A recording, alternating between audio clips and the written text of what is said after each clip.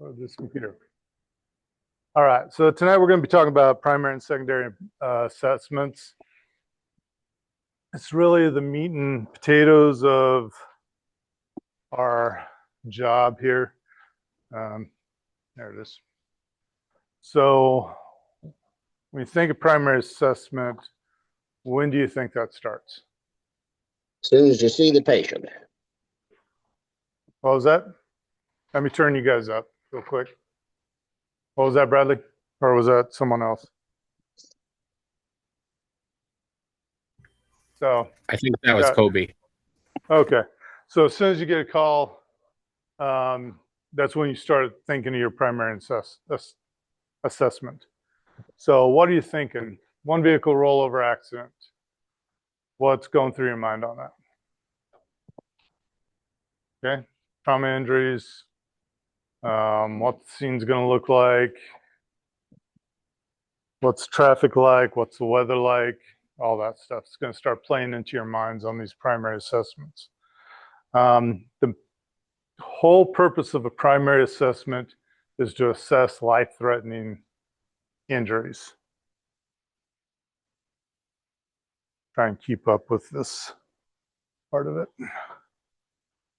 All right, so primary assessment, focus on life threats, ABCs, may vary depending on patient's condition, how many EMTs are on scene, and the priorities you determine, other priorities as you determine your patients.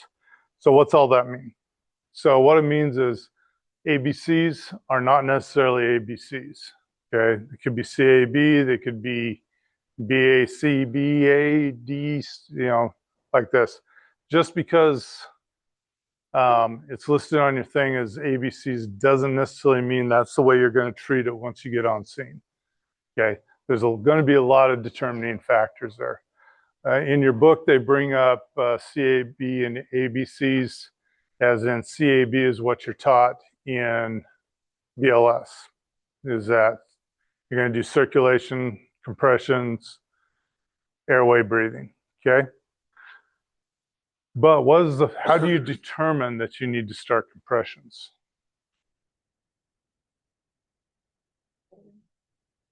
Yeah, no pulse, no breathing, right? They don't have a pulse, they're not breathing, you immediately start compressions. So you are checking B and C first, just to make sure. You're going to check, are they breathing? Do they have a pulse? No pulse, okay, immediately start compressions. So it's going to be a different thing depending on the situation. So don't get hung up on that on your sheets. As much as you can know ABC, but if they throw something out there and you think you need to go to C before you go to A, then go ahead and do that. And we'll get into some examples of that later on in this class. So patient's condition, we're looking at stable, unstable, may deteriorate, or potentially unstable is what your book calls it. So basically I break my patients down. Are they stable or are they unstable? If they're potentially unstable, they're unstable. So I'm going to treat them that way. So can people change out of this? Yeah, people can go from being very stable to all of a sudden being unstable. They can be from unstable, I believe your book uses diabetic emergencies. They're unconscious, unresponsive when you get there. You start driving, all of a sudden they're kind of waking up a little bit, but they're not really quite there yet, but they can swallow on their own. They can follow simple commands. You give them some oral glucose and all of a sudden they're alert and oriented to you. So they can go from unstable to stable, and they can go from stable to unstable. So for the assessment process of this, you're going to know that they can go both ways, okay? Once someone is tagged, and we get into triage down the road, if they're tagged yellow, they never come out of yellow. They can go to red, but they never go to green. They stay in that area. Now, if they're green, they can go to red, yellow, black, but we'll get into triage later on down the road. All right.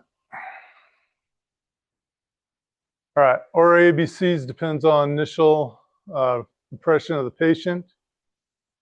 Sequence may vary, we just went over that. Immediate interventions may be needed. So the reason you check airway, breathing, circulation is those are the things that are going to kill them. Anything you find that ABCs, you stop your assessment and you fix it. Okay. So we'll get into some times where that's different, but for right now, they got an airway problem, you open the airway. If they got blood spurting out of their leg, you might need to take care of that blood before you take care of that airway. I mean, someone can bleed out in about 15 minutes. If you're sitting there for 10 minutes working on the airway while they're bleeding out, it really doesn't matter if you get an airway back if they bleed out. Okay. Stop the bleeding first, then go back up to the airway and breathing. Okay. CAB, that was also a term that was used for trauma too for a while. Right now, it's kind of, from reading your book, it sounds like the CAB for trauma has kind of gone away. It's, if you see bleeding, take care of the bleeding, take care of the airway, then move on.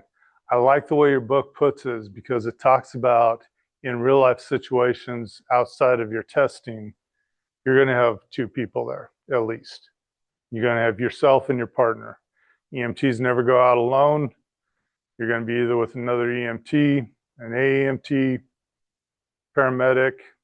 You're going to be there with someone else who can help you with providing emergency care. And a lot of the stuff that we do is simultaneous. So while I'm getting the blood pressure and checking vitals, you're going to be doing everything else. Okay. So there's a lot of things that are going on at the same time that gets really, once you get down with a good team, a good partner, it goes so smooth. I mean, next thing you know, you're in the back of the truck heading to the hospital. All right. If there's any vomit in the airway, we don't want the vomit to get down to the lungs, so you need to make sure you get that suctioned out. A lot of times we don't take suction in with us. We take a lot of stuff in with us. Suction just isn't the one that we take in. That's usually some we'll have fire department grab, or we'll run back out and grab it if we need it. There's very few times that we actually need it on scene, so it's just one more heavy piece of equipment that we have to take in with us.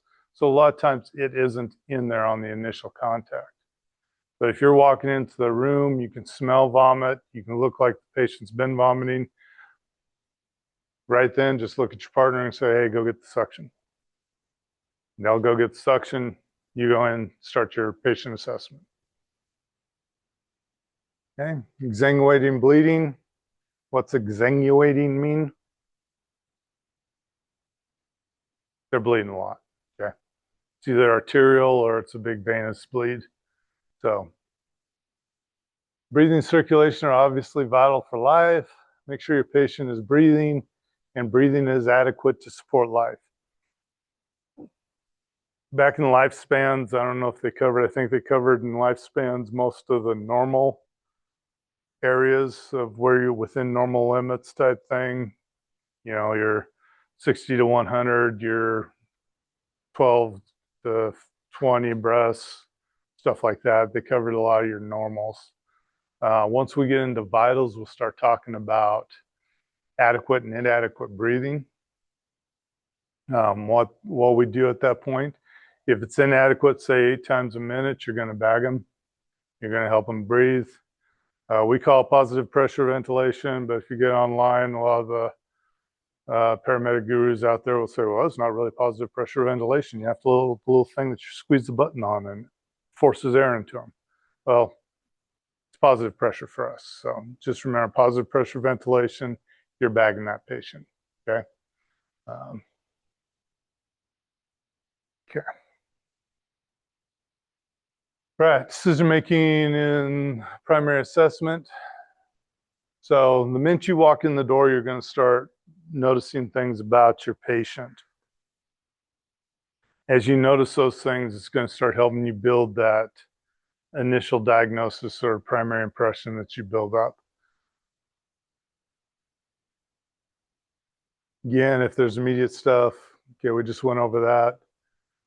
If it's less urgent, maybe they're just satin at 90% or 89%. You just need to give them oxygen.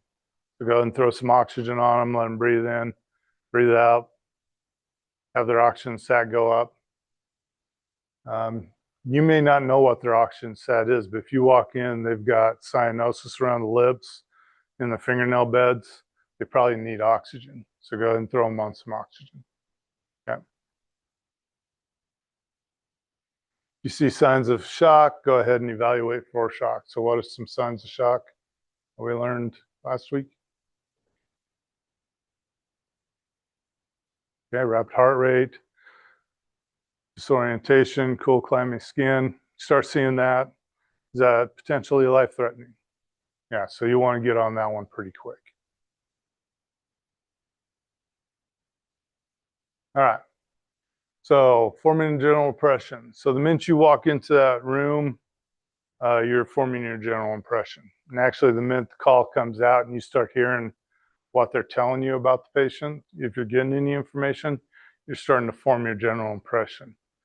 Once you walk into that room, you're going to use your ears, your nose, your eyes, and you're going to start looking around, taking in the entire scene. And you're going to start paying attention to what's going on around you. What's the patient look like? How are they sitting? Can you hear audible wheezing from across the room? Are their breaths sounding labored from across the room? Is there a smell of vomitus, feces, whatever? You know, is there a smell in the room that isn't good? Decay. So you're going to use all that. Then you're going to assess for their mental status. Might as well go on. I think it goes into a little bit. All right. So assess the environment. The environment's going to tell you a lot about what is going on with the patient. You walk into a house, there's cat feces on the floor, stacks of paper, food piled into, or dirty plates piled in the sink with maggots crawling on them. Healthy environment? Probably not. Okay. Patient's sitting in his recliner.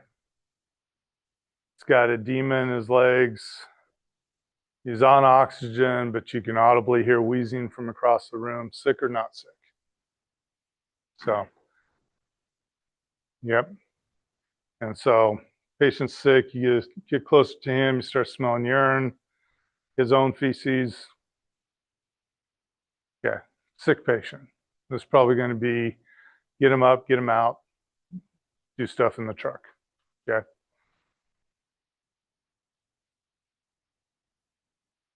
All right.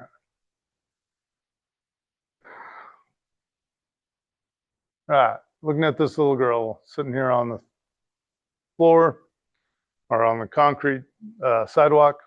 What's our general impression of her?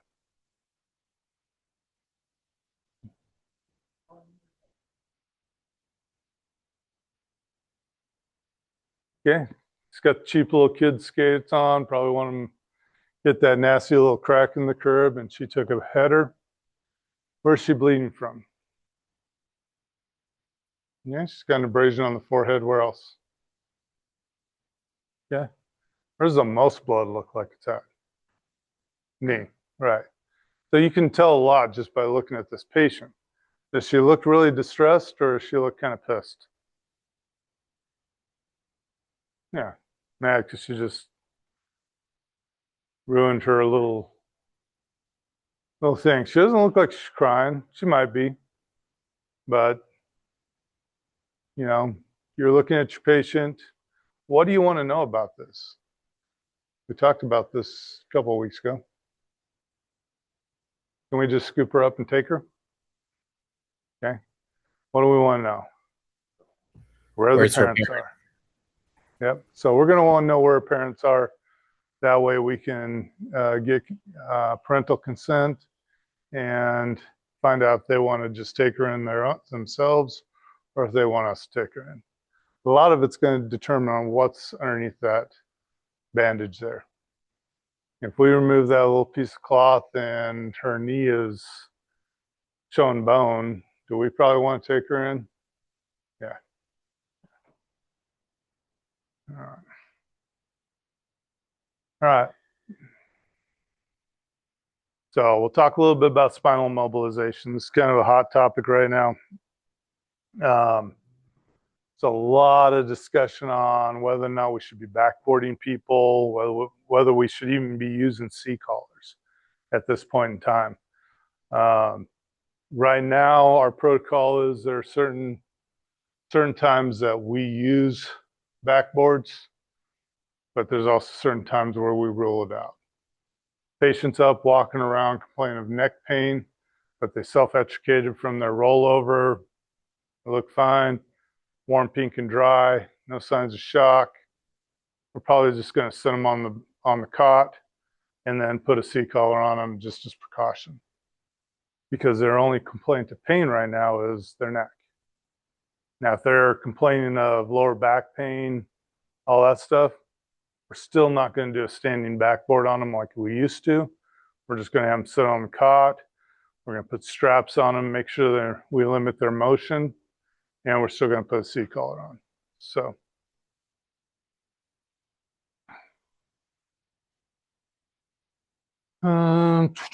you'll hear manual stabilization of the spine. So, come up onto a wreck, there's a person in a motor vehicle. We're going to have a firefighter getting behind them. They're going to take hold of the patient's head, and they're going to hold it in an inline stabilized position. Okay?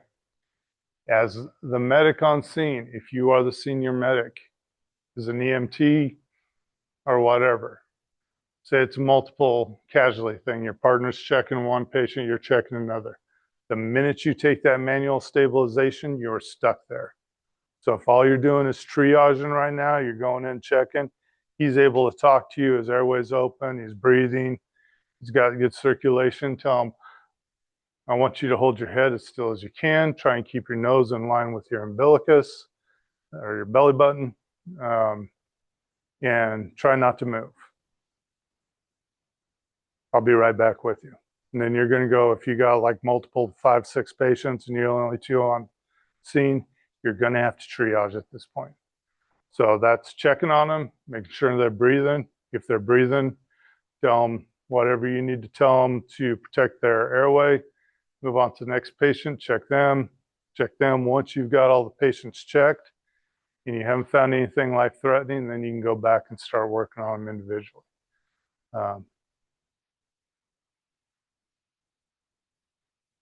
Yeah, once you start spinal motion restriction, oh, I hate that word, spinal immobilization, you're going to continue that throughout the call until you get them to the hospital. Once you get them to the hospital, they're going to do a quick assessment on them, determine whether or not they're going to take them off the backboard, and then they're going to do that in the ER. Okay. A lot of the doctors, first thing they do when they come in is they start taking the straps off without even checking the patient. That's come back to bite us a few times where they've had unstable spinal fractures. But with the new stuff that's coming out on that, it's probably best to get them off the board anyways, even if they have an unstable fracture, because the longer they're on the board, the minute they get on that board, you start getting breakdown of the skin. And so you start getting breakdown of the skin, breakdown of the muscle, and those lead into decubited ulcers that cause problems down the road. So there it is. All right, manual stabilization, we just talked about that. And there may be more than one way to restrict motion. So someone who is bigger, has no neck, we can't get a collar on them. A lot of times we'll take a towel or a blanket and just wrap it around their head to kind of hold it and cradle it in place. A lot more comfortable for them. And we're not trying to fit a collar that is too big up underneath them and stretching their neck out. That's going to cause more issues to the neck. Each system has specific guidelines. Like I said, we don't always backboard everybody that has back pain. That's our protocols.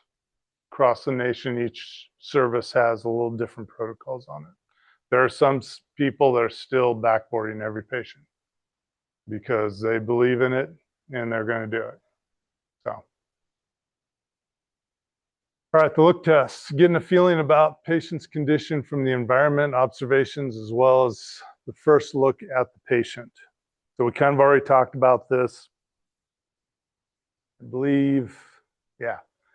So patient appears to be lifeless.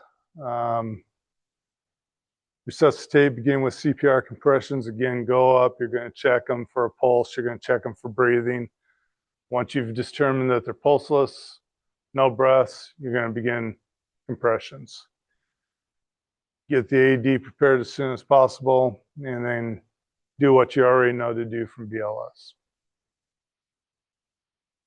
Patients who have an altered mental status, you're going to kind of go in, evaluate what could be the issue. So are there medical issues and trauma issues that can cause altered mental status? Yes, no, maybe? Or some medical ones that can cause an altered mental status? Diabetes, strokes, hypoxia, stuff like that. What can cause altered mental status from a trauma? Head injury, so concussion, brain bleed, stuff like that. So yeah. And with trauma, can you get hypoxia also?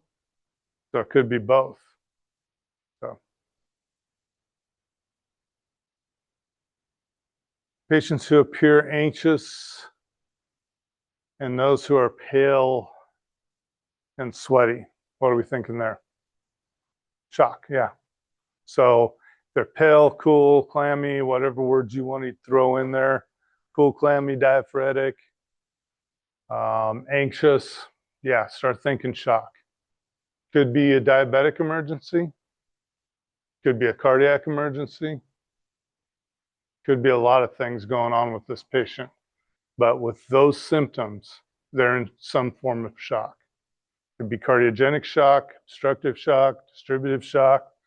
You don't know the type of shock right now, but the minute you walk in, you touch that patient, they're cool, clammy, and sweaty, and they're really anxious. Yeah, they're in shock of some kind. So we're going to take care of them for shock. Identify the patients who may be critical. I've said chest, abdomen, pelvis trauma. Tripod position. Anybody know what the tripod position is? Exactly what it sounds like. Body's one leg, your arms are the other two legs. Sitting in a position, they could be sitting with their hands like this, trying to breathe, or they could be down like this, trying to get that breath in. There's a lot of positions they could be in, but if you see that, you walk in, you see someone that's just really working at breathing, you can hear wheezing coming from across the room, they're having a respiratory emergency, and that is a critical sign, okay? The other one's a Levine sign. Levine sign is someone's gone, I just got chest pain right here, and they're covering their whole heart. It just hurts really bad. That is a bad sign. That usually means there's something wrong with their heart, and it's a bad sign, okay? It's best when you go in, say, guy says, I'm having chest pain, say, can you point to it? They go, yeah, it's right about here. And they only point with one finger or two fingers. Okay, it's pinpoint area on the chest. They're like, yeah, it's right here. That means their whole heart's hurting. And so we need to get them in, get them looked at by a cardiologist, and get things taken care of. Okay?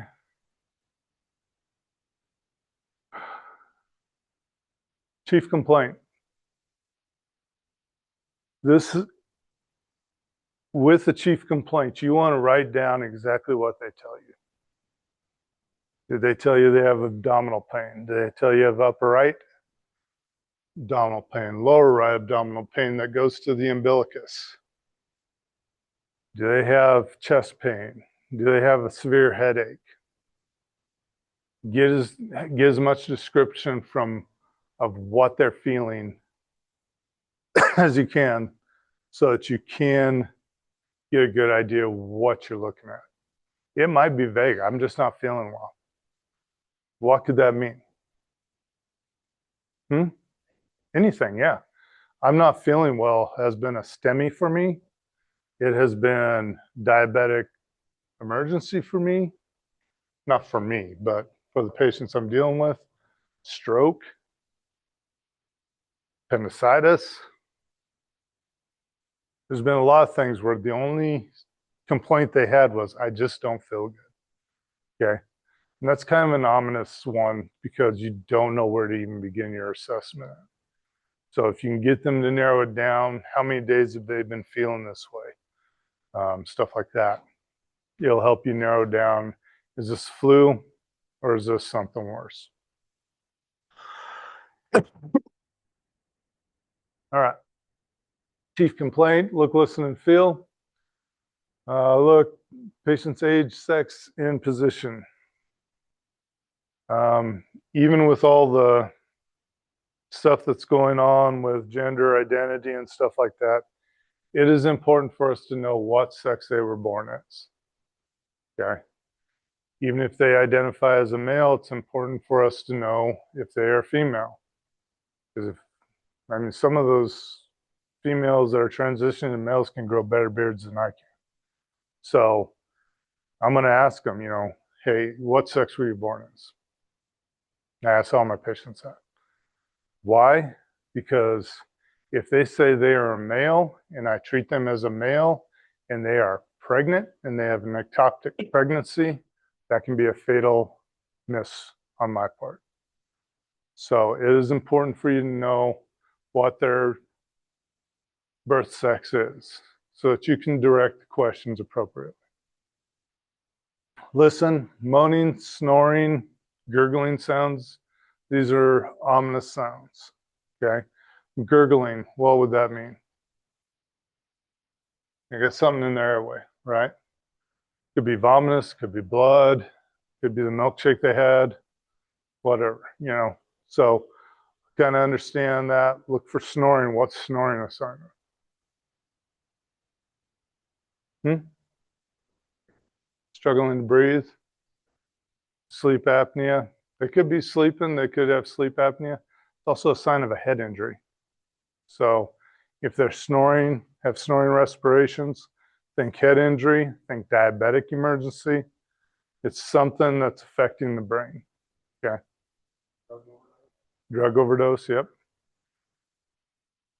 And most of those you can trace back to hypoxia to the brain. So if you got anything like that going on, think hypoxia. Smell, you walk into a place, you smell rotten egg smell. What could that be a sign of, Black Hills people? Sewer backup, yeah. What else? Isn't the natural gas supposed to have a rotten egg smell to it now? Yeah, it doesn't, but yeah. If you smell rotten eggs, think sewer backup, which could be a release of what kind of gas? Anybody know? Methane. Is methane bad? Yeah. If you get a lot of methane gas buildup, it can be bad for the person. Natural gas, if you smell natural gas odor, propane odor, especially in these houses out in the county where they have, how big's your propane? Do you have propane? So 1,000-gallon propane thing out there that's lighting their furnaces and you have the gas stove too? No. So, but some people are running propane stoves out there. Their dog jumps up and clicks the thing on. Now it's releasing propane into the room. Someone comes in, says they're going to have a cigarette in the house because it's too cold to smoke outside. They have issues. So yeah, use that. Smell urine, feces, vomitus, decay, stuff like that. Use your senses, okay? Right now, we're not even touching the patient yet. We're just still getting that general impression. So we're walking across the room. Once we touch the patient, we're going to start getting into, well, it's more of assessing the mental status. So AVPU, alert. When you hear alert, what do you think they're going to be doing? I walk into the room. Elena's sitting there and she's watching me as I'm walking back and forth. She's tracking me. I know she's looking at me. She can see me. She's alert to some point, right? If I ask her name, she tells me her name. I know she's alert and oriented to her name.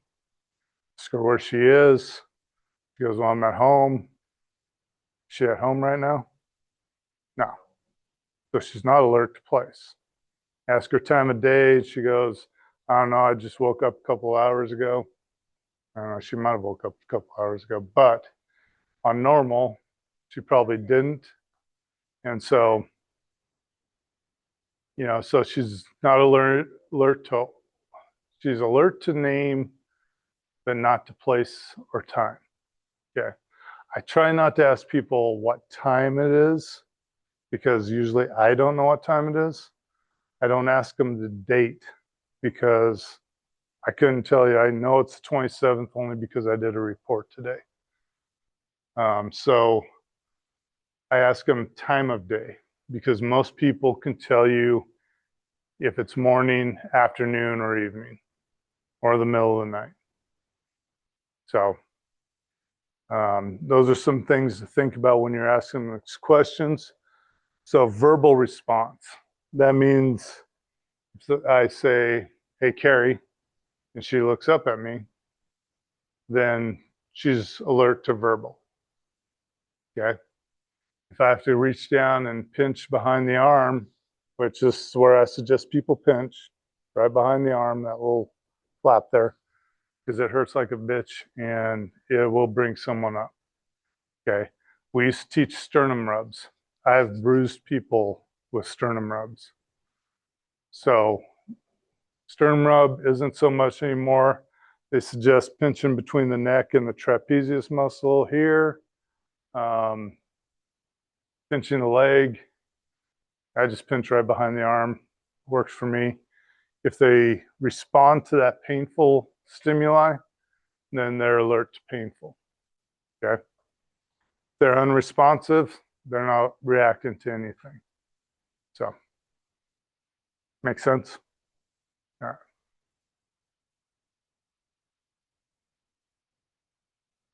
All right. So once we get into our primary assessment, the order of the primary assessment may vary again. We kind of went over this at the beginning of the chapter. It's going to depend on your patient. What is the biggest life threat to that patient? So if you walk in and from across the room you can see blood spurting out of his leg, that is your primary thing to take care of.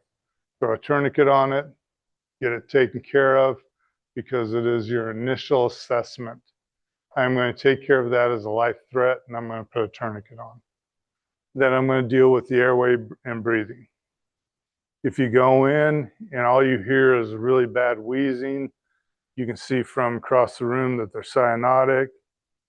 Not even going to wait to check what the pulse ox is. I'm going to slap some oxygen on. Circulation, again, or breathing. Are they only breathing like a couple times a minute? They might be quiet, but they're only breathing at 6 or 8 times a minute, or they're hyperventilating at 30 times a minute. Okay, both of those are emergencies, and you're going to start bagging them. Okay, you're going to put some oxygen on them, start bagging them, and you're going to bag them at that 5 to 6 times a second, or one breath every 5 to 6 seconds, not 5 to 6 times a second. Do not do that. Okay, one breath every 5 to 6 seconds. So that's squeeze. What I say is I go breathe, 2, 3, 4, 5, 6, breathe, 2, 3, 4, 5, 6. That 6 seconds is going to give them up to about 10 times a minute.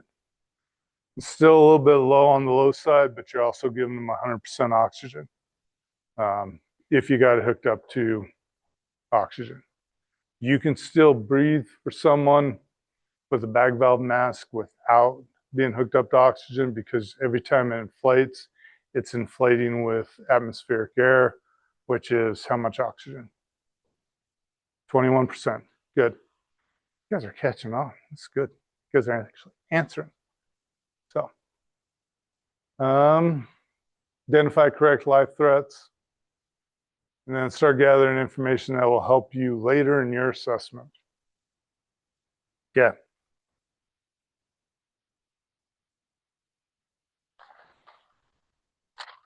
Catch up in my notes.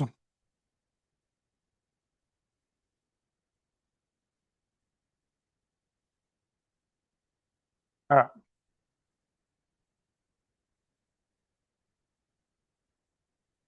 Okay, ABCs, look for signs of life, including movement. One of the things I didn't do on the last page, so let me see if we got it here. Okay. No, I'm still a little bit from it. Okay. So come in, you find the gentleman laying on the ground. What's the first thing you want to check? Okay. You're going to check for whether or not they're breathing, whether or not they have a pulse. This gentleman, okay, we'll just say this gentleman's breathing at 12 times a minute. He's breathing normally. What do we want to know? He's unresponsive.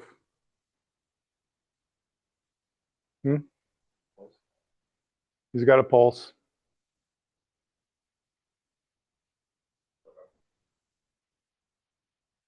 Yeah, we could look at that. So do we see anything around him that might have caused him to pass out? Yeah. What's the skin like? Stuff like that. Is he in shock? You got 3 medics there. What might you have one of the medics do?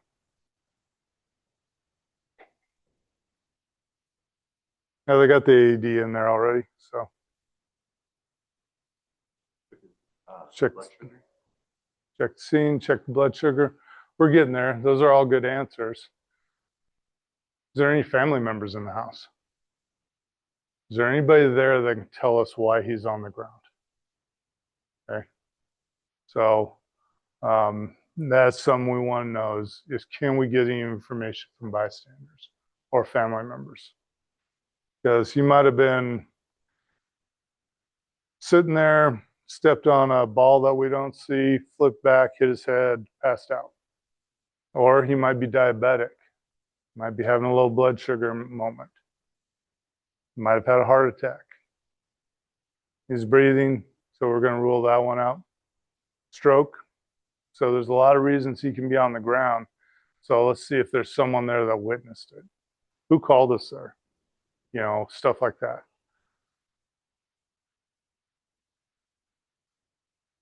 All right, so airway. Person is alert, able to talk clearly, crying loudly, then the airway is open. Okay? If I come in and I ask you your name and you give me your name, your airway is open, you're breathing. I've just checked those 2 off. Now, are you breathing adequately? That we're going to check here in a minute. Do you have circulation? Yeah. If you're talking to me, your heart's beating, you're good. Okay. And then we're going to go a little bit more. We're just going to start checking into things. If the airway is blocked and they're unable to breathe, then you want to get that dislodged. You want to clear the blockage. Breathing situations, calling for breathing assistance include the following. So respiratory arrest with pulse, is not alert, inadequate breathing, has some level of alertness with inadequate breathing, has inadequate or adequate breathing but signs suggesting respiratory distress or hypoxia. So if they're breathing and have a pulse, what are we going to do for them? Or not breathing, have a pulse. We're going to breathe for them, right? Okay, so we're going to breathe for them. If they're not alert and breathing 8 times a minute, we're going to breathe for them. Okay. If they have some level of alertness with inadequate breathing, then what we're going to do is we're going to breathe for them, but we're going to do it in sync with their breathing. I was trying to think of, I wasn't waiting for an answer. I was trying to remember the proper word. So what we're going to do, and you guys will feel this if you're, we won't be able to mimic this. Well, we will be able to mimic this in here.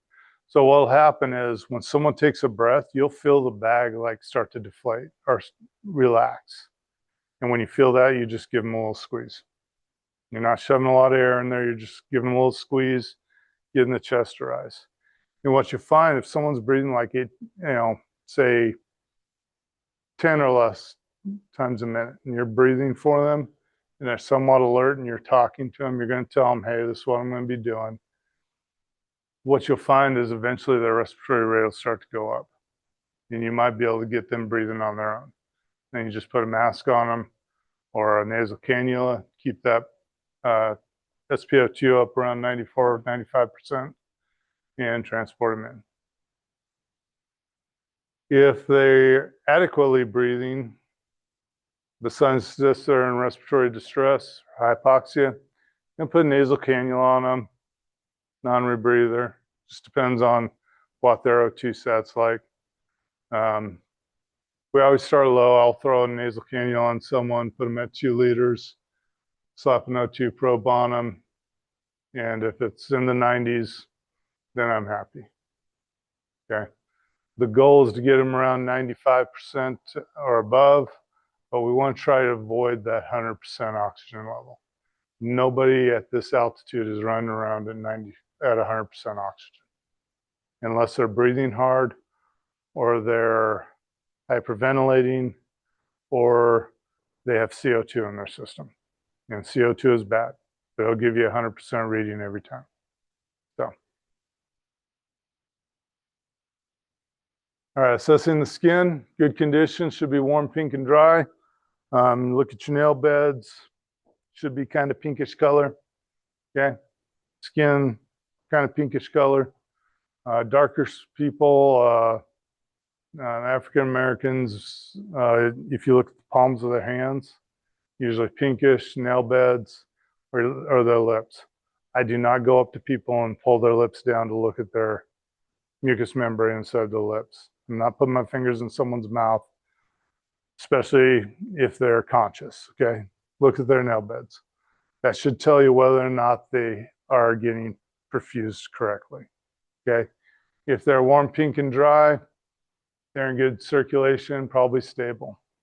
Pale, clammy, cool, moist skin, yeah, probably shock. So start looking for the reasons that the shock is happening. All right. Circulation. Make sure nobody else tried to click in on us. Let's see. Okay, so circulation. You're going to check for a pulse for no more than 10 seconds. If you don't find the pulse, begin CPR. The one thing you will never, let me take this back. There's only one time you're going to find someone who is breathing and doesn't have a pulse. Okay? And that is someone with an LVD. We do have a couple people in this town that do have LVDs. That's a lateral ventricular device. Is that correct? Yeah. So what that does, it's a little device that attaches to their hip, goes into their body, and what it does is it circulates blood for them. Okay. They will not have heart tones. They will not have a pulse. Okay. If they are talking to you and breathing and you check their pulse and they don't have a pulse, ask them if they have an LVD. They should tell you that if they're conscious, but if they are breathing unconscious, don't have a pulse, start looking for that LVD.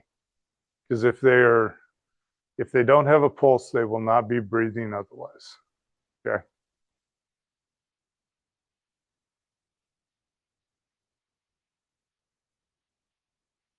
All right, circulation. And this is where we're going to kind of caveat this. When you're checking airway, breathing, circulation, you're not sitting there counting their respirations. You're not sitting there counting their pulse. What you want to know is, are they breathing too fast? Are they breathing too slow, or are they not breathing? Okay. What you want to know about their pulse, is it within normal limits? In other words, you check a pulse and it feels regular, normal, or is it too fast, or is it too slow? That's all you're checking for. Do they have a pulse? Is it too fast? Is it too slow? Or is it within normal limits? If it's that, you're good. Okay. You're going to worry about what their pulse rate and what their respirations are when you get their vitals. Okay. This is what slows people down when they're doing the practicals. Is they'll sit there and try and get an accurate pulse and respiration during this assessment. Okay. This is just to know if they're okay. Okay. And we'll kind of go over a scenario with this later on. Okay. And then check for and control any severe bleeding. Okay, now you're going to determine the priority of the patient. What determines their priority? We kind of went over it already. Are they stable or are they unstable? If they're stable, you got time. Okay. You can sit there, you can do a little bit more on scene. If they're unstable or potentially unstable, then they are a load and go. Okay. Even as a paramedic, if I've got an unstable patient, I'm going to get them in the back of my rig and I'm going to do everything else on the way to the hospital. I may not get to the secondary assessment before I get to the hospital. So understand that right now we're treating life-threatening injuries. They are unstable. That is a priority until you get them to the ER. Okay. If you get them stabilized in the truck, then great. Then you can go on to your secondary assessment. I've brought people into the ER without ever getting a blood pressure or anything else on them, just because they were that bad. We did our assessment on them. They were bad enough, we just threw them in the back of the truck, got oxygen on them, got them to the hospital.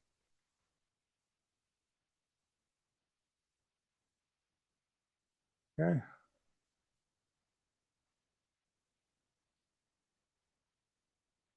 I don't like using the word normal range because normal range is different for everybody. So normal range for a pulse rate is 60 to 100 beats a minute. If someone's very athletic, their normal heart rate may never get above 60, 70 beats per minute. They may be in the 50s, even high 40s. So if you see that, look at your patient. Are they alert, oriented, talking to you? And they got a heart rate of 50? Or are they pale, cool, and clammy and got a heart rate of 50? Okay. That's going to tell you a lot about your patient. Threats to the airway, breathing, circulation, either actual or imminent, rules out stable.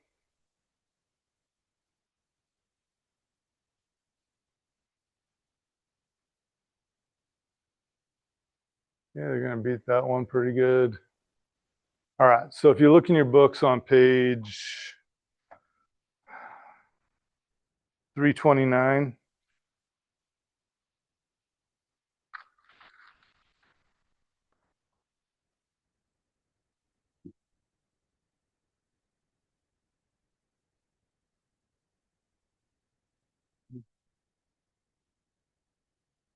all right, they've got table 2.2 there.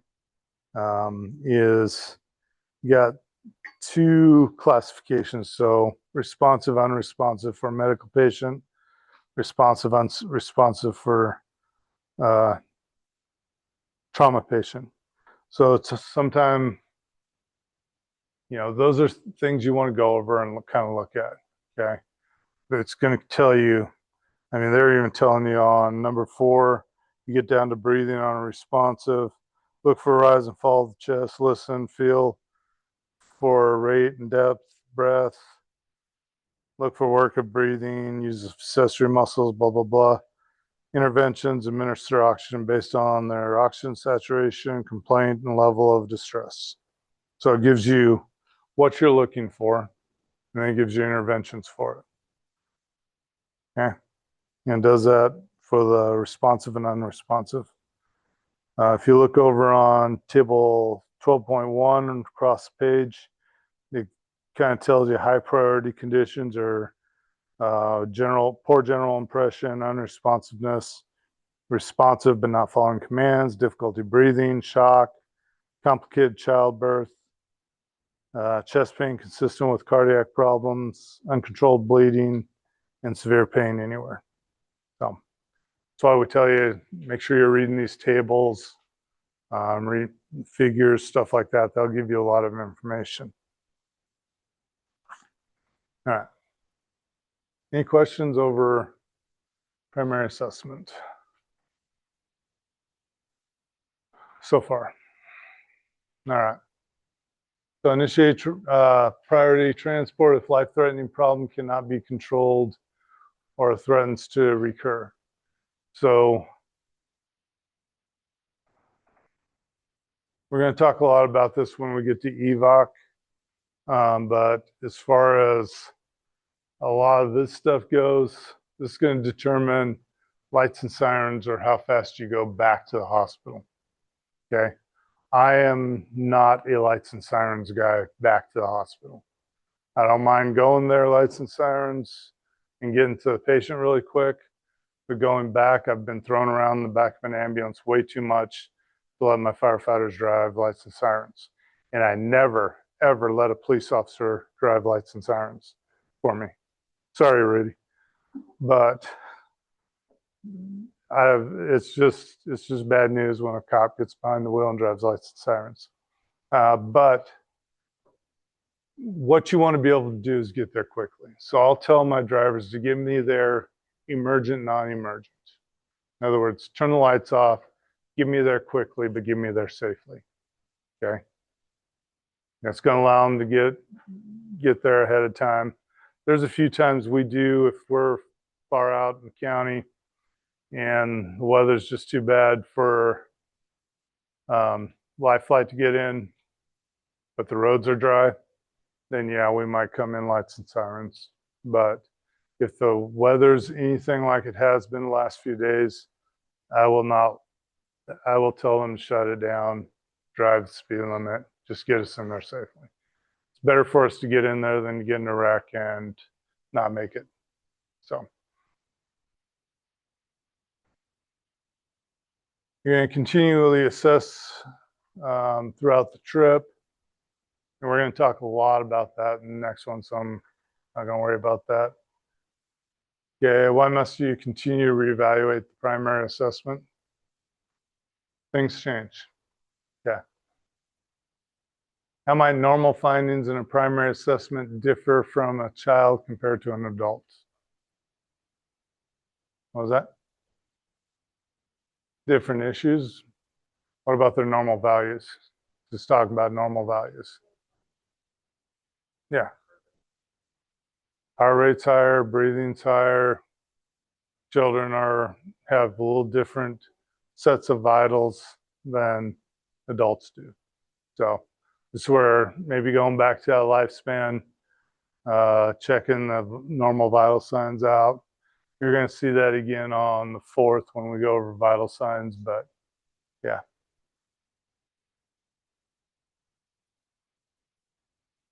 Yeah, we'll get into that here real soon.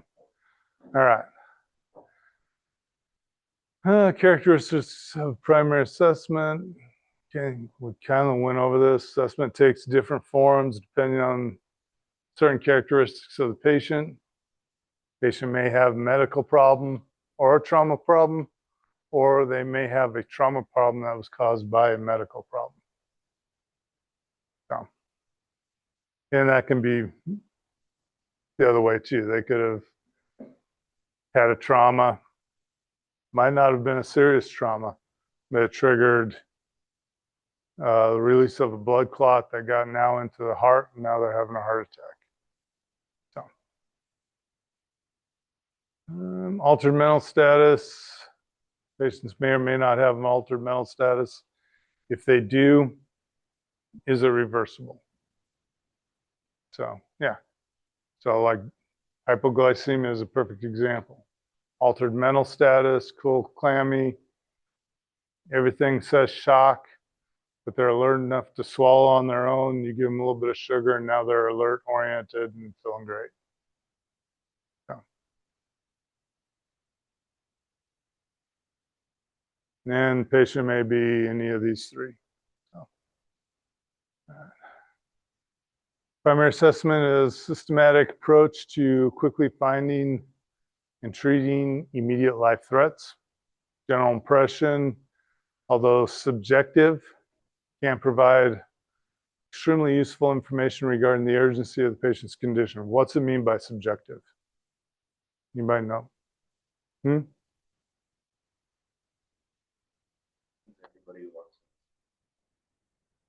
Yeah, it's your view of what's going on.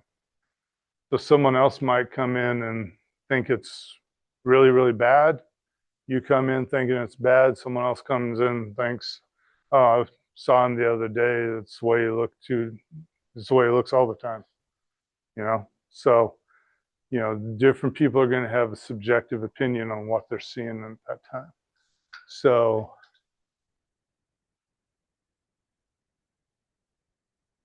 also, can your own biases come into that? Okay. You go in, you see a dirty house, you start building biases on that person. Start seeing drug paraphernalia, alcohol bottles laying around. You could let your own biases start to lead you down a wrong path too. So you got to put your biases aside, focus in on what the issue is and what's going on with the patient. I mean, there's a bunch of needles laying around. Is it a drug overdose?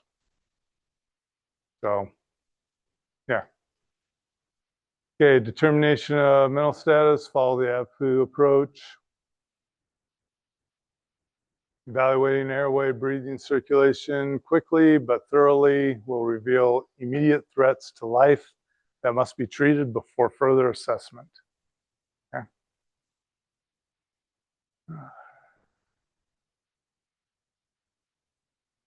Okay. This talks about CAB for American Heart Association. Basically, for your arrests, start with circulation compressions. Quicker you get compressions going on someone who's in an arrest, quicker you get the blood flowing, get oxygen back to the brain.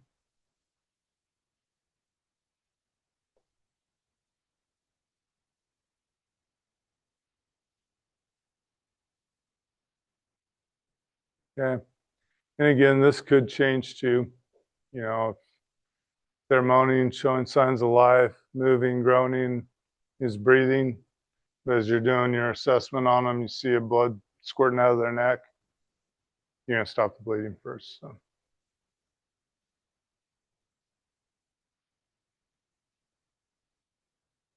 And these are guidelines, not rules. So when you're doing your sheets, ABCs, ABCs, ABCs. Okay. When you get in the field, do what your patient needs.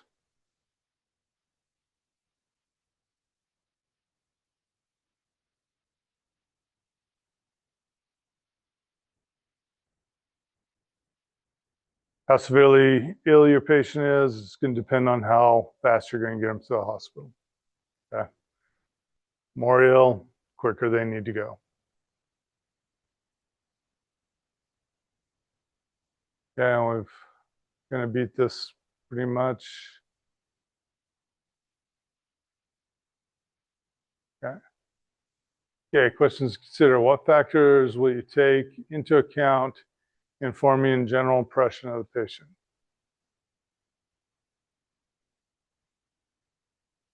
And taking in the entire scene of the house. Yep. what they look like, what the place looks like, how well they're breathing, stuff like that.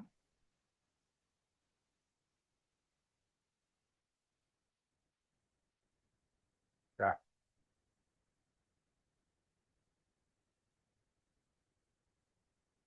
Yeah. How should you assess the airway, breathing, and circulation? What do you want to know about airway, breathing, and circulation?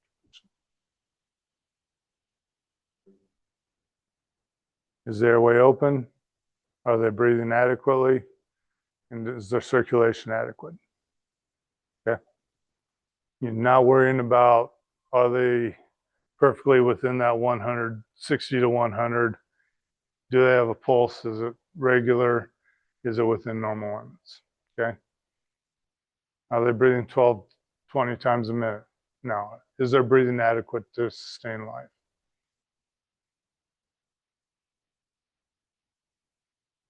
Yeah. Yeah.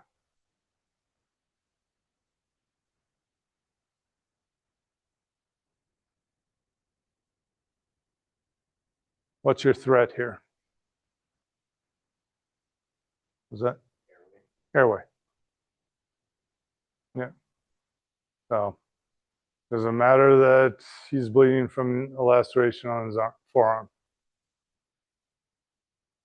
Probably not at this point.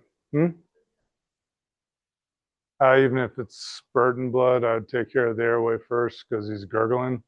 That means something's in his airway that could get sucked down into his lungs and cause more issues. So at this point in time, get him on his side, get that airway suctioned out, and then treat the wound on his arm. Forearms usually don't bleed a lot unless they get the artery, but even then you got time. So, all right, good. If you're alone, what factors do you consider in deciding what to do first? What's the bigger threat, right? Yeah. All right, take a break. You want some food, get some food. Be back in at 1945.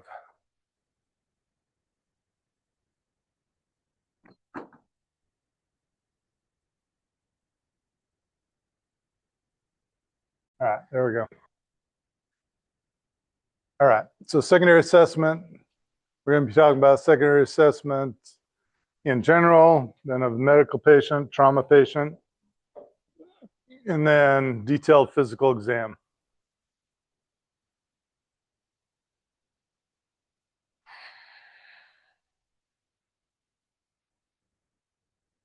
All right, secondary assessment broken down into 3 categories: medical patient, trauma patient, and unknown patient. What might be your unknown patients?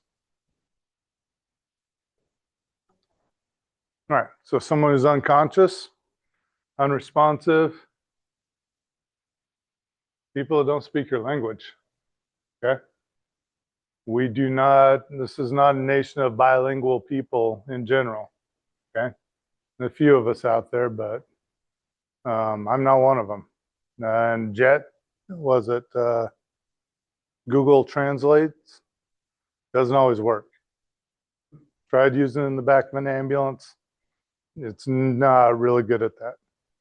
Those little cheap earbuds you buy off TikTok work okay if you're watching it on TV, but once you get the background noise of the ambulance, it starts mistranslating stuff. So unknown patient could be anything. So if you can't get information from that patient, you don't know what's going on. So components of a secondary assessment are your physical exams, patient history, and your vitals. So your physical exam is going to be a head-to-toe exam, searching for anything that's going on with that patient that might have been missed on the primary assessment.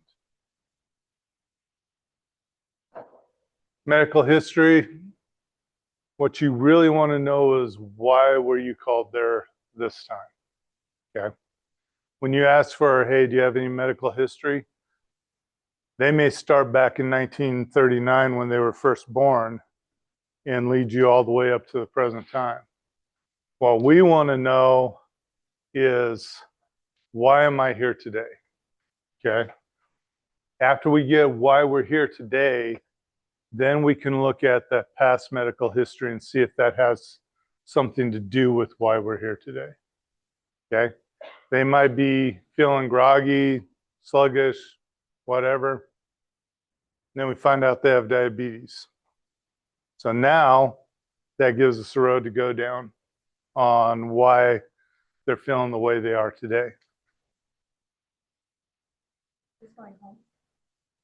So she's gonna join by Zoom, so Okay. pop up, that's why. Yeah, someone might want to. I don't know if I'll see it, but yeah, go ahead and join by Zoom. That's good. Okay. And then vital signs. How you do these might be switched around depending on the stability of your patient. Okay. If they're alert oriented, they're just not feeling well, you can do your physical exam, patient history, vital signs. If they're unconscious, unresponsive, but they've got a family member there, you might want to jump straight into that past medical history. If it's trauma patient or you don't have somebody to give you that past medical history, you might want to jump in and get your vitals first. That way you got something at least to work off of. Okay. What do you think? Well, it's already up there. So what do you think a sign is? Right. So something you observe. Okay. You can look at them and you can see that their forearm is not going straight, but is at a right angle from their body where it shouldn't be. That is a sign. A symptom is something they tell you. I feel like I'm going to die. I have chest pain right here. That's not something I can see, but they can tell me and they can point to it. Then reassessment is a continual process. Again, we're going to be reassessing these patients throughout the entire time we're with them. Okay, your secondary assessment. Assessment varies depending on the patient's ability to communicate. A responsive patient is going to be able to give you more information than an unresponsive patient or a patient with an altered mental status. Okay. The example I gave earlier, they might only be able to tell you their name and date of birth, but they can't tell you anything else. Alzheimer's patients with sundowners, they can tell you what happened back in the 1920s, but they can't tell you what happened yesterday. So understanding there's certain medical conditions that are going to be able to, they're going to throw you off. And that's where it's good to have a caregiver around, because they can tell you if they're acting differently than what they normally are. Okay.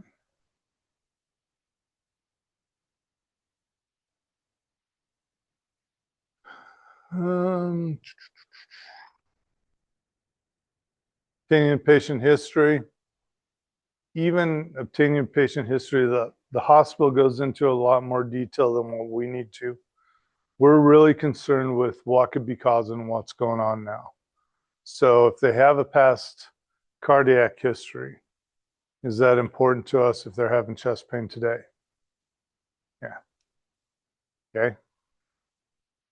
A lot of times you'll see them say, no, I don't have a cardiac history. And then you go to put a 12 lead on them or go to put some leads on them, they got a big zipper right up the middle of their chest, which is a scar right up the middle of their chest. Okay. Yeah, they have a cardiac history. They went in and had open heart surgery. Oh yeah, they took care of that. They put in a new valve. I'm fine now. Okay. Yeah, gonna need to know that. Do you have high blood pressure? No. Okay, what drugs are you on? I take lisinopril and metoprolol. Those blood pressure medications. Okay, why are you on blood pressure medication? Well, I had high blood pressure. I don't have it anymore. These are the issues you're going to be dealing with when you go out on the road. Okay. Performing a physical exam. Again, head to toe exam.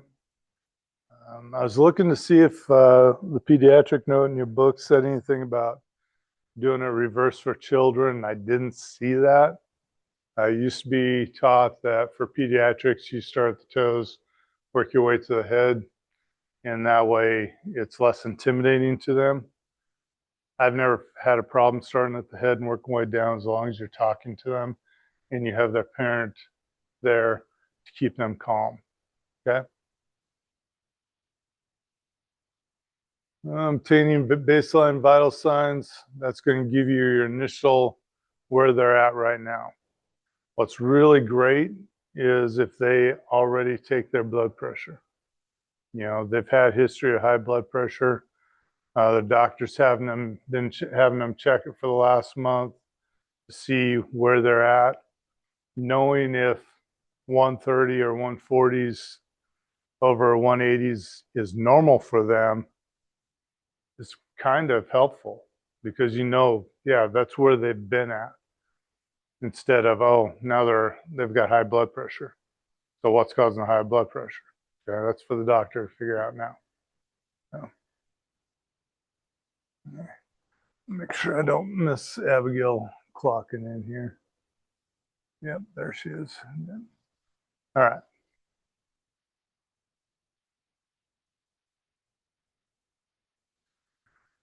Okay.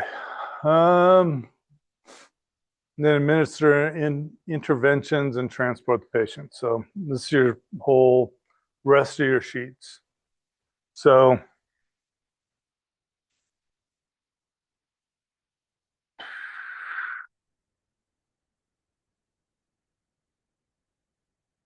obtain patient history. Possible obtain from the patient. If you can't obtain it from the patient, try and get it from the family. Bystanders, unless they are caretakers of that person, are probably not going to know the history of that patient. They might, but probably not.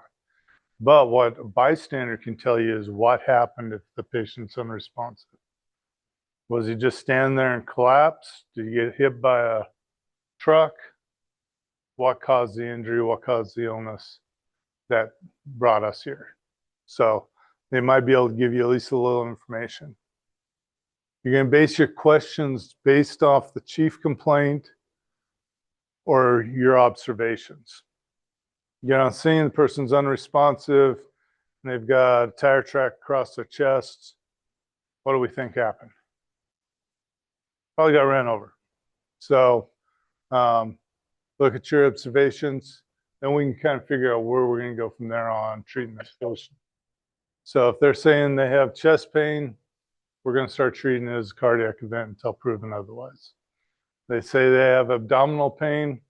For females, it's an ectopic pregnancy until proven otherwise. If it's lower abdominal. If it's right-sided, it's an appendix until proven otherwise. Stuff like that. There's certain things that once they tell us, hey, it's this, we're going to go with the worst case scenario until it's proven otherwise. Okay.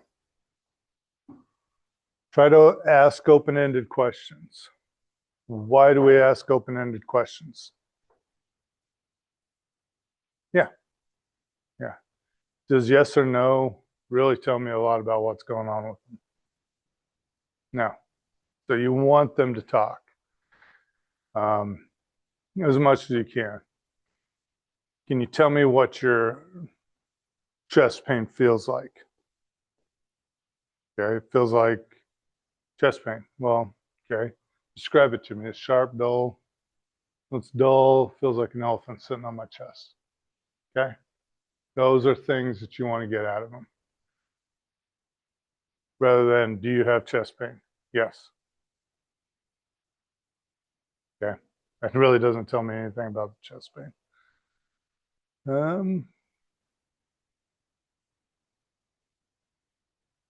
All right, sample. Sample signs, symptoms, allergies, medications, past pertinent history, last oral intake, and events leading up to it. Okay. Okay, so this is a mnemonic. If you ever go on a call that Rudy's on, he's going to have sample OPQRST written down on a little piece of paper, and he's going to have it filled out for you. Very good about that. This is one of the questions you're going to ask to find out what's going on with this patient. Signs, do we have to ask them about the signs we're seeing? Not necessarily. But what symptoms are they having? Do they have any allergies? Are they taking any medications? When was the last, or was their past pertinent history pertinent to this event? Okay. When was the last time they ate? Why is that important for us? They could vomit it up if they have to go into surgery. But yeah, what could be, are you allergic to peanuts? Or what are your allergies? I'm allergic to peanuts. What was the last thing you ate? I ate a cookie. What kind of cookie was it? It was an oatmeal raisin cookie. Okay. Oatmeal raisin cookie necessarily have nuts in it? Not necessarily. Could have been cooked with peanut oil. Yeah. Now they have an allergic reaction to the peanut oil. So, yeah, knowing that is pretty important. Okay. Help tie that in. And then events leading up to it. What were you doing when this happened? Okay, I was out shoveling the snow. All of a sudden, I started getting chest pain, so I came in, sat down. Okay. I was out playing soccer. All of a sudden, I had an asthma attack. So, those are the things that you want to know kind of going into that. Information, important information can be gained by tailoring history to the patient's chief complaint. Example of the allergy. What'd you eat? Okay, you have a peanut allergy. Do you know what that cookie was cooked in? No, I don't, but the lady that cooked it's right over there. What'd you cook it in? Peanut oil. Okay, allergic reaction. Okay. Try to keep them focused on the chief complaint. Patients will squirrel onto whatever else is going on with them. Chopped my arm off in the lawnmower, and now my toe's hurting. My gout's acting up. Okay, the arm's probably a little more important than the gout. So take care of the arm. Keep them focused on what their chief complaint is. Okay, physical exams. Usually pretty brief. Examine the areas of concern based on the chief complaint. So a physical exam can be a complete physical exam, or it can be a focused physical exam. Your book uses an example of a guy drops a brick on his toe. Do I need to do a complete head to toe if he did not fall down? No, I can focus my exam on the foot that he dropped the brick on. Guy gets hit by a truck. Probably need to be a focused or a complete exam. Okay, your focus exam on him is going to be everything. So.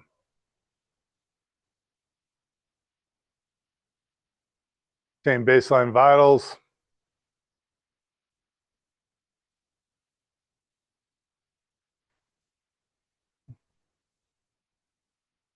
Now we have something to compare it to. Take manual blood pressure to verify accuracy of automatic blood pressure device.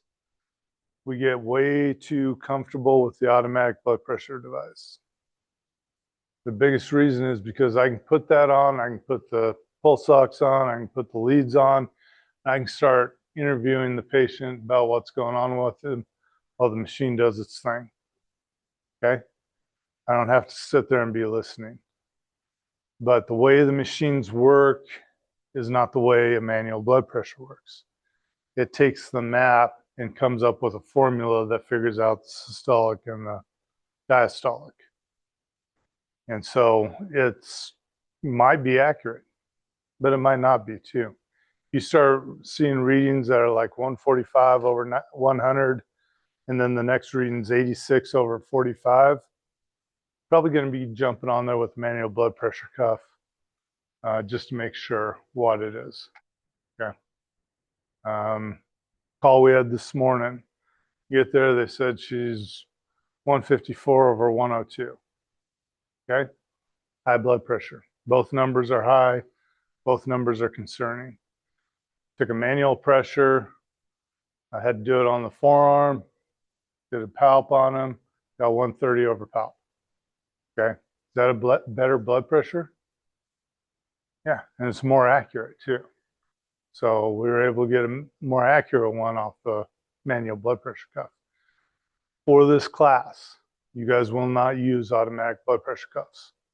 You'll get all your readings off manual cuffs. It's important you know how to do that.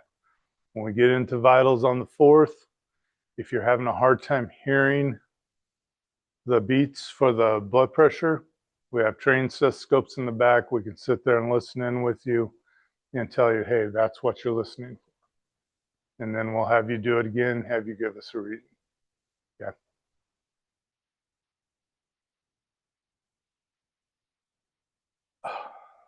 Light is glaring just at the right angle. All right. So remember, a decision for prompt transport of a critical patient or those with specific complaints is part of the treatment plan. So it's all part of the treatment plan. The decision to transport is going to be made before you go into the secondary assessment. Okay? Pediatric note, get on the same level of a kid, put questions in simple language, gather information from caregivers. Patients, pediatric patients, you're still going to treat them like you'd want to be treated. Get down on the same level and don't stand over the top of them. It gives an authoritative feel to it. You're going to get down to eye level with them, make contact with them, talk in their language. Don't baby talk to them, but talk in their language, an appropriate language to them. You know, say, I'm going to touch you on your arm. Do you mind if I touch you on your arm? Get their permission. Talk to them. If you can put them at ease, they're going to be at ease throughout the whole thing. They're going to put more trust in you. Okay? Especially if they're in pain or they're not feeling well. Have the parent there to console them if you need to. A crying baby is a good baby. So there's a lot of times that patient is lethargic and not moving around, not giving me a lot of feedback when I'm touching it. I'll reach over and pinch it and get it crying. Because crying baby, I know, has an open airway. Okay.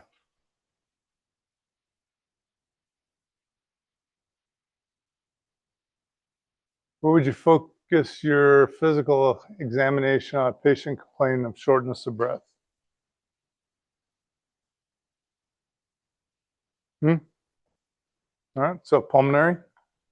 Okay. Get to know the words pulmonary, cardiovascular. Okay.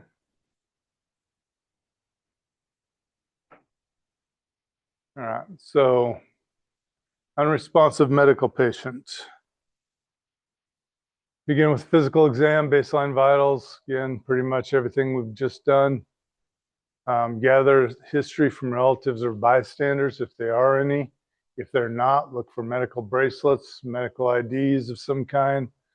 Have law enforcement look in their wallet for a list of medications, stuff like that. If you're in a house, send law enforcement or fire to kind of look for pill bottles. Those will give you a lot of information too. Do a rapid assessment of the entire body. You're going to do a primary rapid assessment. Go over that in just a minute. This should take no more than 30 seconds to do. You're going to go from head to toe on that person, checking everything. You're going to check for major bleeding, disfigurement. We'll get into a lot of that in trauma. But just right now, you're just going to go right down the body, checking, did they urinate? Did they defecate? Did they vomit? Is their airway intact? Is there any major bleeding? Are they breathing? Similar head to toe physical exam for the trauma patient. It's a rapid physical assessment. Again, you're assessing head, neck, chest, abdomen, pelvis, extremities, and posterior. On the neck, you're looking for JVD or jugular vein distension, medical identifications. Chest, you're looking for breath sounds. Abdomen is distended, firm, rigid. You feel any pulsating masses in there? So if you put your hand right over the center and it's pulsating, don't push on it, because that's usually an ascending aortic aneurysm. Push on it, could pop it. That person's going to bleed out in seconds. So pelvis, look for incontinence of urine and feces. If you're suspecting a head or neck injury, trauma, you're looking for priapism in males. That's an erection in the males. Extremities, you're looking for pulse, motor function, sensation, oxygen saturation, and again, medical identifications such as bracelets. They got the new ones now that are Bluetooth, that if you have the app on your phone, you can take their bracelet, put it up to your phone, and it'll give you their complete medical history. You're going to check the pupils. What are we looking for in pupils? So dilation, pinpoint. Are they equal and reactive? Is one reacting, one's not? Is one bigger than the other? Normally, everybody's got one pupil that is slightly larger than the other. What we're looking for is one's fully dilated, the other one's not. So that usually means there's a head injury on that side of the brain or body. What could pinpoint pupils mean? Okay, opioid overdose. What if you're dilated?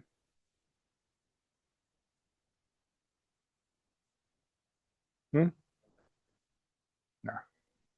Close. So you're on a stimulant.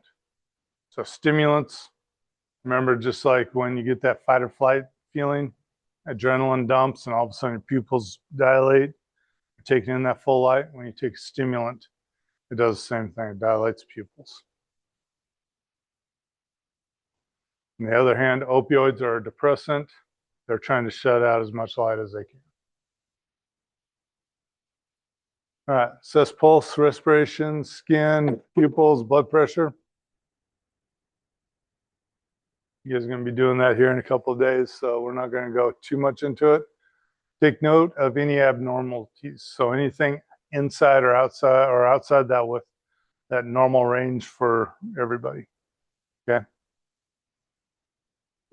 Determine oxygen saturation. Going to put on the probe. Again, the probe's only as accurate as what the body will allow it to. So let's see, Stacy has pink nail polish on. Red and pink nail polish reflect back the red light of a O2 saturation probe, so you may not get an accurate reading. You may have to turn the probe sideways so it goes through the skin. Cold extremities won't get an accurate O2 saturation. It'll be low. Yeah. Why is that?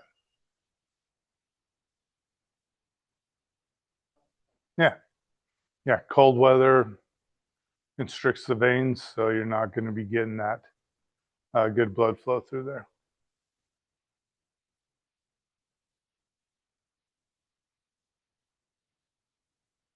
All right, consider request for ALS. So in this county here, unless you're doing a dedicated standby with another basic, you're more than likely going to be with someone who's ALS certified.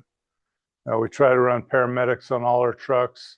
The only time we don't is for like rodeos or standbys down at the fairgrounds, the racetrack, stuff like that. It's possible you could be on a basic crew there. But if anything happens, follow your protocols, consider getting paramedics there or any type of ALS. Some areas, just about everywhere in Wyoming now has some form of ALS, whether it is an advanced EMT or paramedics working on the service. Wyoming also still has the intermediate 99, which is basically a paramedic with less skills, but they can do a little bit more. They can actually do cardiac stuff for giving drugs and stuff like that. So they do have higher skills. Even Glendale has paramedics and A's that work on their service. But every once in a while, you will find a service that they're a basic service, and their nearest ALS may be 20, 30 minutes away. So if you happen to find yourself in that situation, the mines is a good example. If you go to work for the mines, nearest ALS is Wright for most of them. So it's what, 15, 20 minutes away? Yeah. So at least 20-minute trip.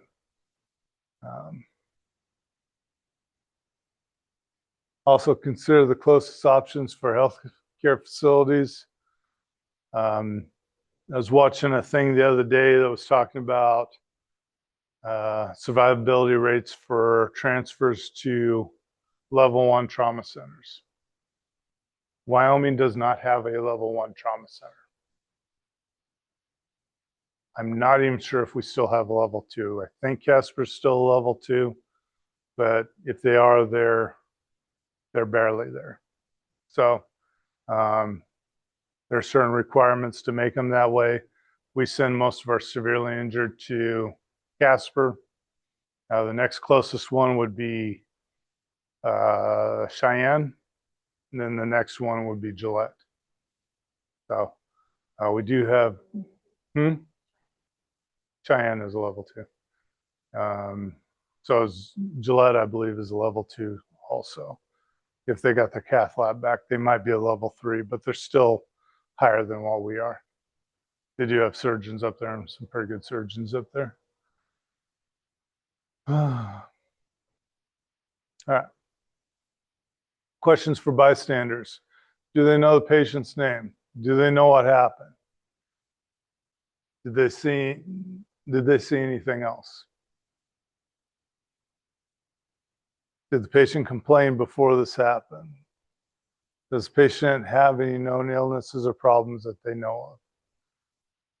And is the patient taking any medication? So if they know the answer to these, hopefully they will give them to you, or at least know where you can find them.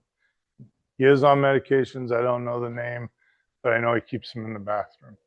Okay, you can send law enforcement or fire to go find out what medications he's on. Okay. Administer interventions and transport patient. Look for a mechanism of injury or signs that suggest spinal injury. One of the things you're going to say in your little thing is, I believe the top one is, you're going to say BSI seen safe. That's your first 2 things on your sheets. How many patients do I have?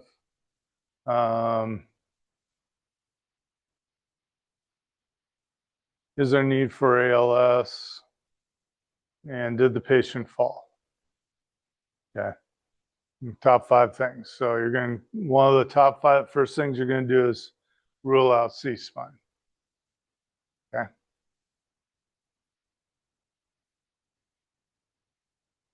All right. So our mid-level check. What other mechanisms might you have to obtain patient history other than speaking to bystanders? Looking around. What might you find if you look around?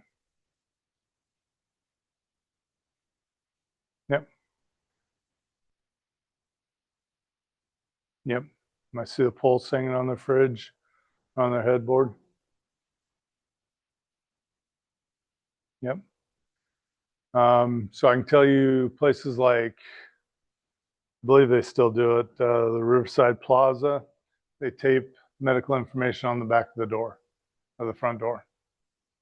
So when you come in, that's right there. So, place that my mom lived at, they put it in the freezer. They put it in a Ziploc bag, and everybody in that apartment building, fire department knew that their medication list was in their freezer. Weird place to put it, but that was them. So, all right.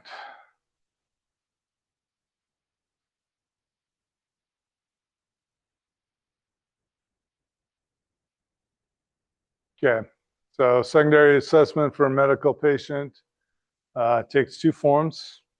Are they responsive or are they unresponsive? Okay, pretty simple.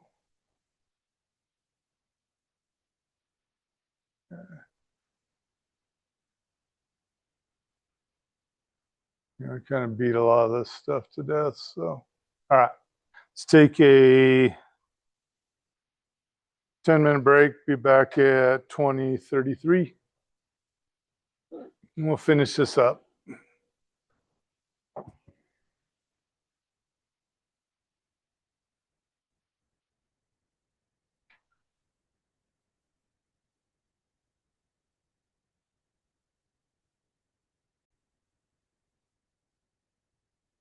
All righty.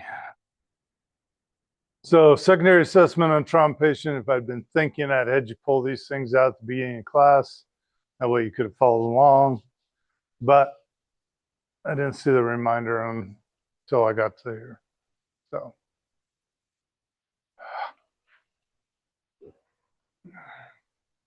So what's the difference between a trauma patient and a medical patient? Mechanism of injury versus, what do we call it for a medical?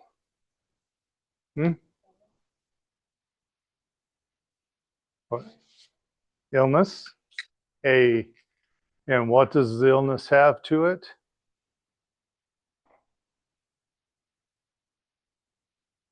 Nature of illness. Okay, so NOI versus MOI. Mechanism of injury versus nature of illness. So really the top part of your sheets are all going to be the same. So you get down to that mechanism or that secondary assessment. Injuries can range from slight to severe. To determine how serious an injury is, consider the location of the injury or injuries on a patient and the patient's mental status. Does a broken ankle necessarily constitute a life threat? If they jumped off a 3-story building and are complaining of ankle pain, do you suspect that there might be more wrong with them?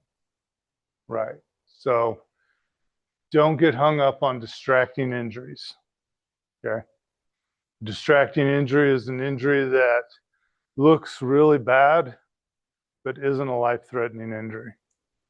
An angulated arm that goes the wrong way, but they have a piece of rebar that's sticking out of their chest. Okay. But you don't see the rebar because it's covered by the shirt. But you see that angulated arm. That's the first thing you see when you come up. Okay. So don't get hooked into distracting injuries. They might only be complaining of the arm pain, not complaining of the rebar that's going through the middle of their chest. So kind of be aware of that.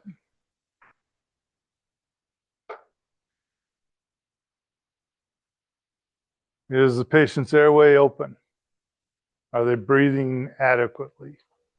Do you see any major blood spurting everywhere? What do their vital signs look like? Is the blood pressure high? The pulse rate high? Is it way out of normal or is it just a little bit out of normal? What is the mechanism of injury?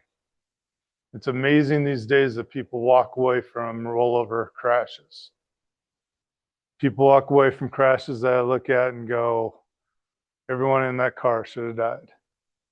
We looked at the one the other night. I was the only one to get removed out of that vehicle on a backboard.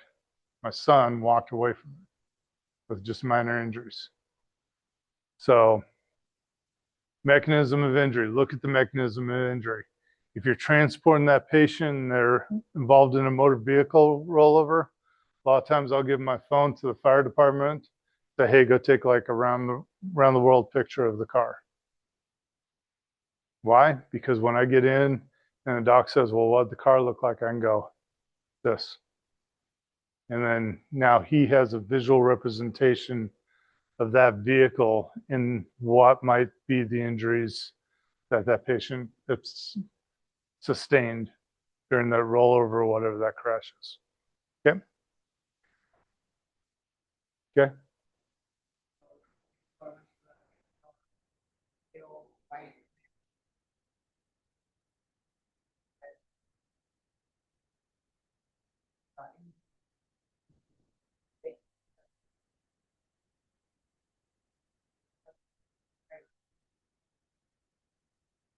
They shouldn't have treated it unless it was due to a fall. They're going to treat it seriously because it's a serious medical emergency. So they might have amped it up to a level yellow medical emergency, but not necessarily a trauma. They wouldn't have treated it as a trauma, or they shouldn't have unless you came in and say, I got hit by a truck and now I look like this. You know, if it was medical, they should have treated it as a medical emergency. Make sense? Yeah. All right. Patient's age, pre-existing conditions. Person who falls who's 76 on blood thinners, falls, hits their head. Serious? Possibly, yeah. 3-year-old run through a room, trips and hits his head. Okay, kids bounce, but still got to consider, is he acting normally? Is he acting not normally? Okay, both patients, same patients, hit their heads. Both of them are acting normal. You're still gonna consider patient's age and what medications they're on for the elderly. Yeah, because blood thinners, they could be bleeding up there and still acting normal. Okay. All right, assessment, it's focused. If they have minor injury, low priority, it's going to be focused on where they're hurting at. So again, someone slams their hand in the car door. Okay. Do I necessarily need to do a full body assessment on them if they weren't dragged after slamming their hand in the car door? No. Now look at the hand, see what's going on with it. Again, the guy drops a brick on his foot, you're going to check out the foot. Okay, determine the chief complaint, ask them where they're hurting. You know, what happened? Conduct a history of the present illness or injury to gain information on how the injury occurred. If they can't tell you that they slammed their hand in the car door, should we be concerned with that wasn't the only injury? Yeah. Okay.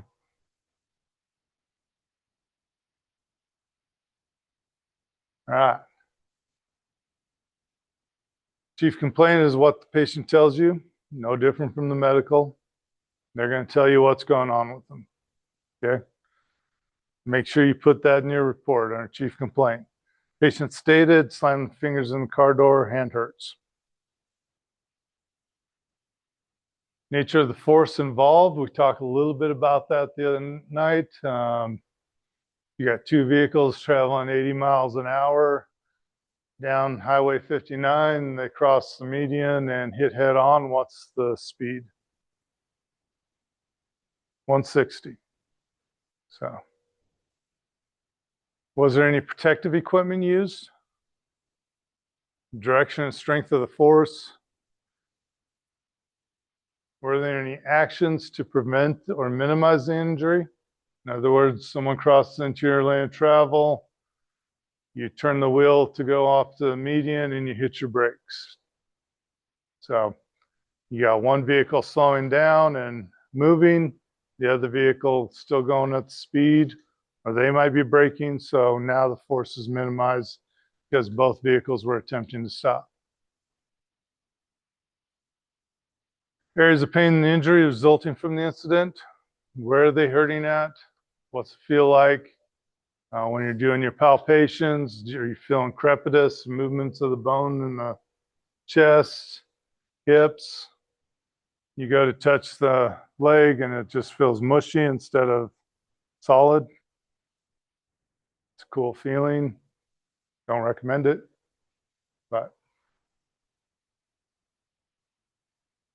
areas assessed depend on injuries and chief complaint. Again, if all they're complaining about is lower leg pain and the injury was to the lower leg, focus in on the lower leg.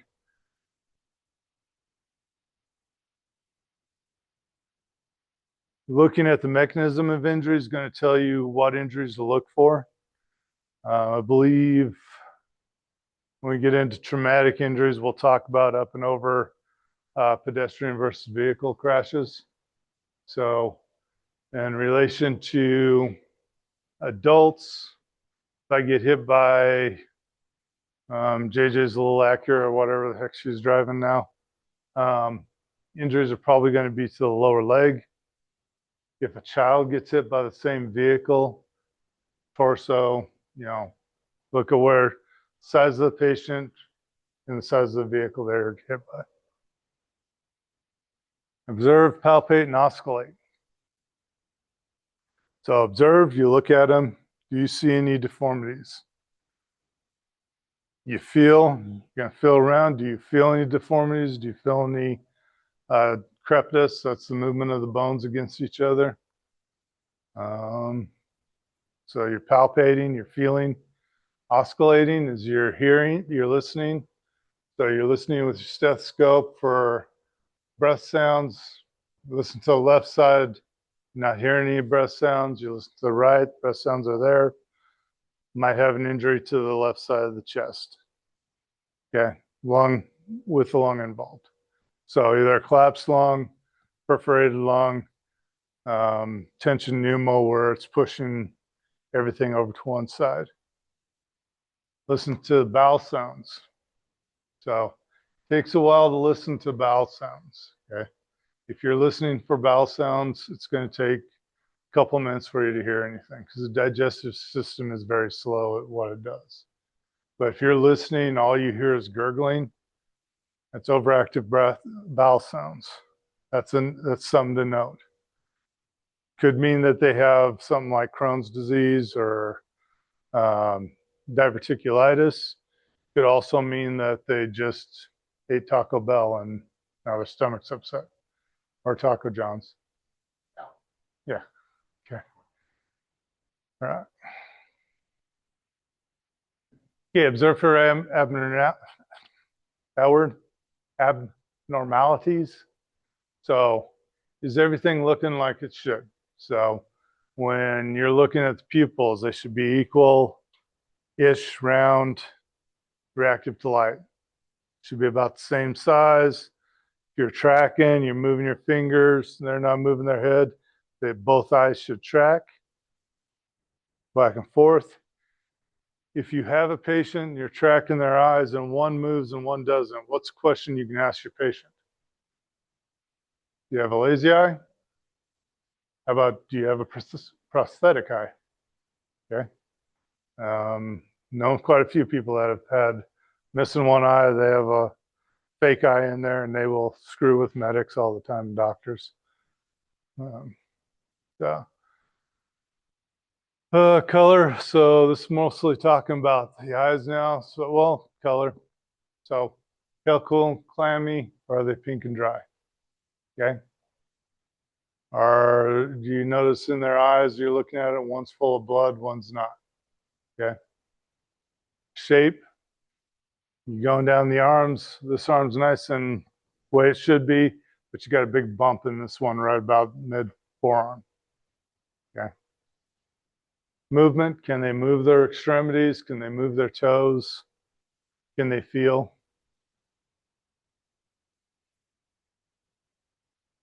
Shape, temperature, texture. Again, we just kind of all went over that. Sensation. Can they feel you touching their foot? What you don't want to do is have them looking at your foot and touch toe and say, which toe am I touching? Okay. Because they're going to say the big toe, even if they can't feel it. Okay. So what you want to do is, what I do is usually rub the bottom of their foot. And if they react, it usually means they have sensation. Try not to do it if they have a really badly broken leg. And the other thing is just rubbing the skin.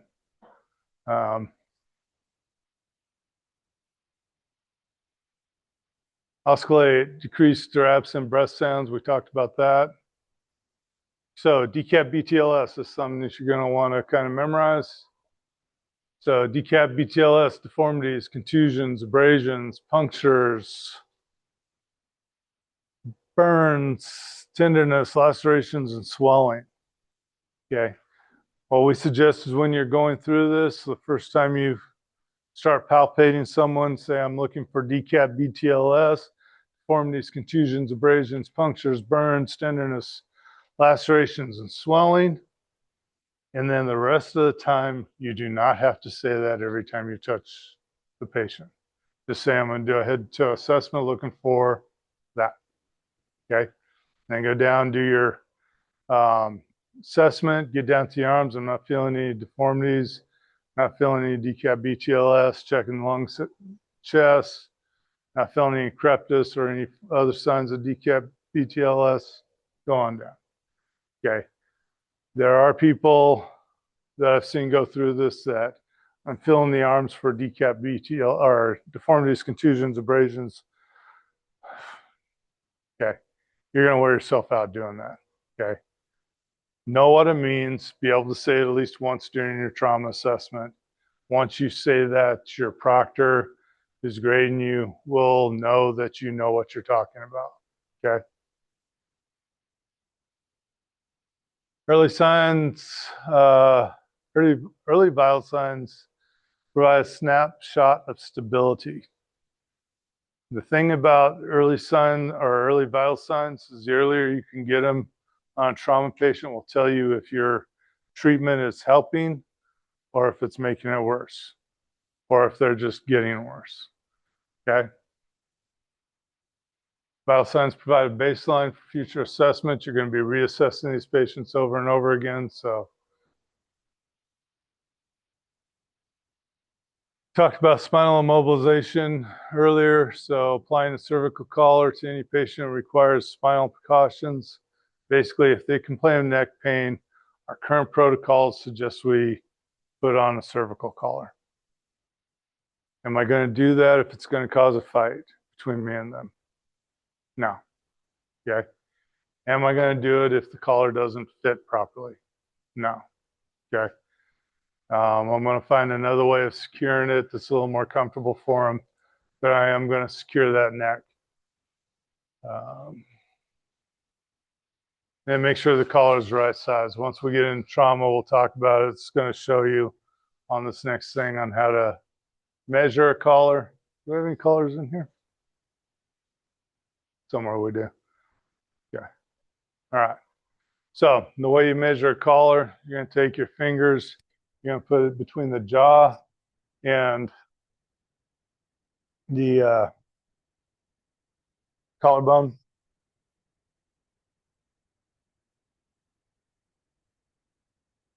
Once you figure it out, you're going to adjust the collar to the right size. Make sure the chin piece, some of the collars, depending on what brand you get, you have to actually take the chin piece and pull it down. Our collars, it's already in place. But you're going to make sure the chin is sitting in the chin holder. You're going to wrap it around, you're going to secure it. If it's too small, they're going to be able to move their head around. If it's too tight, it could cause more damage. So you want to make sure it's holding the neck in place. If it's too tall, again, you're stretching the neck out and could cause more damage.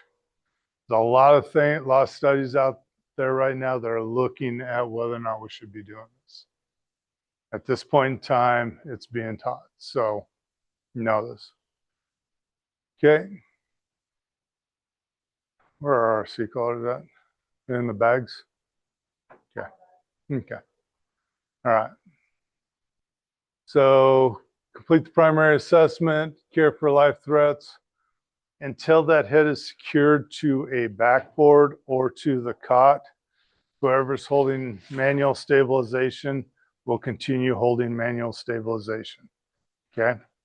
Once the head is secured, then you can work, then that person can release. If you're putting them on the backboard, the head is the last thing that is secured. Okay.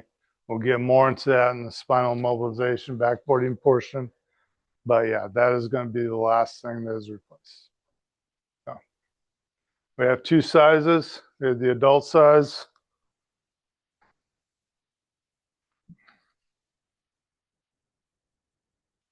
You have a little measuring thing on the side here.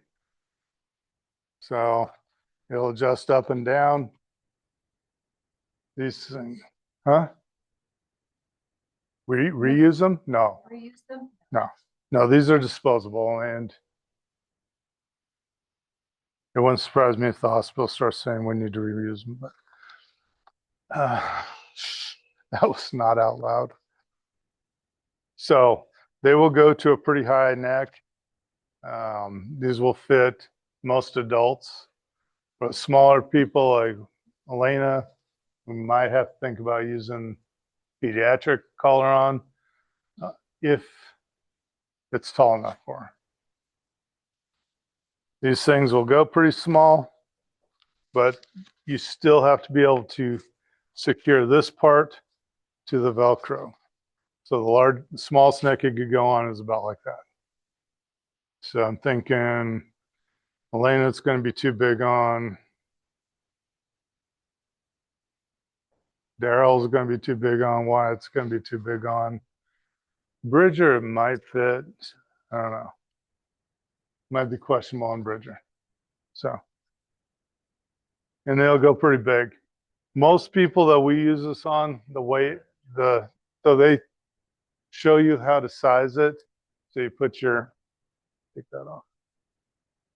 Put your hand, mic's in the way, underneath the jaw to the collarbone.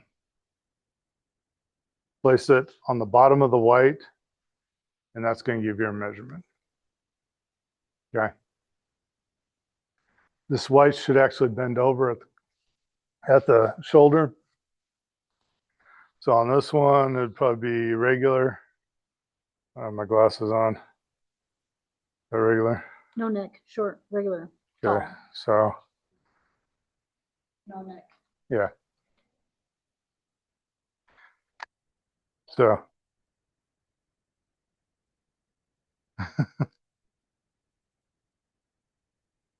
Yeah, that. yeah. So mine will be a regular. I'm gonna put it on here. What we do, these come straight. The best way of using them is take them and roll them. I'll roll it, get as small as I can, compact it, then let it unroll. Best way of doing this, sliding the strap underneath the neck first. So it's like that, wrapping it around into position, hold it, and then tighten it up. And that should limit their movement. Some of them are still gonna wanna be like doing this and chin goes down in there and then it's put up under their nose. Yep. That's why getting this properly on is very important. Okay. If you don't have it properly on, it's going to end up here, stuff like that. It's bad.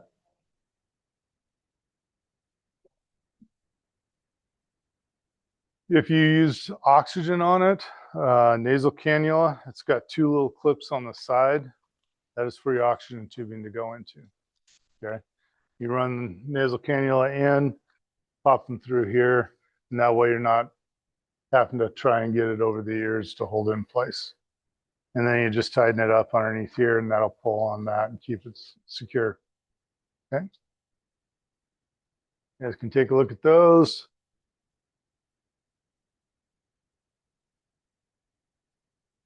Assess patient's neck prior. Why do you want to assess the patient's neck prior to putting it on?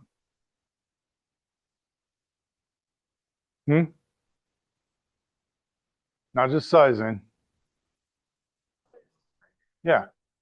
Do they have a piece of glass sticking out of their neck here that once you put that on, you squeeze it, getting it tight, are you going to shove that piece of glass further in? You want to make sure there's not going to be anything there that's going to be causing issues later. All right. And then reassure the patient. Talk to the patient the whole time you're doing this, because once you get that on, it does get a little claustrophobic. The trip that I had from where I had my wreck to the nearest hospital was an hour and a half by ambulance. They couldn't land a plane or a helicopter where I was. There was a rock wall here and a river here, so there was no landing a helicopter. They could have landed it where the elk were down, just a couple miles down the road, but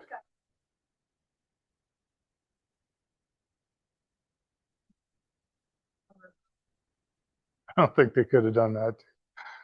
It would have been interesting, but no, I'm not doing the whirly bird thing on the bottom of a helicopter.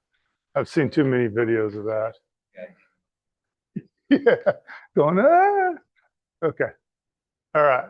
So spinal motion restriction. Here you see they're applying the device. Make sure you have the right size collar. Make sure if they have earrings, especially dangling earrings, that you get them off before you put this thing on, because they will catch those earrings. Try to get the hair out of the way. That's probably the hardest part on females with long hair, is getting that around and not catching their hair in it. Or if they have a big ponytail, try and get the ponytail out before you do that. But then you're looking at moving the head, stuff like that. They got a clip in like Afton has tonight. That could be an issue also too. That's a little easier to get out without doing too much movement of the spine, but just kind of keep that in mind. And then keep the head, huh? No, we do not give haircuts to people.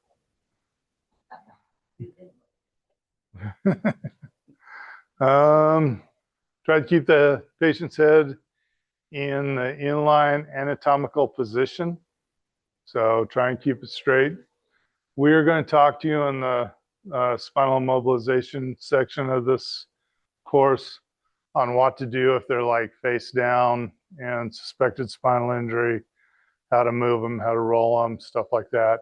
We'll get you guys all caught up on that, but yeah, as much as you can, keep in an anatomical position.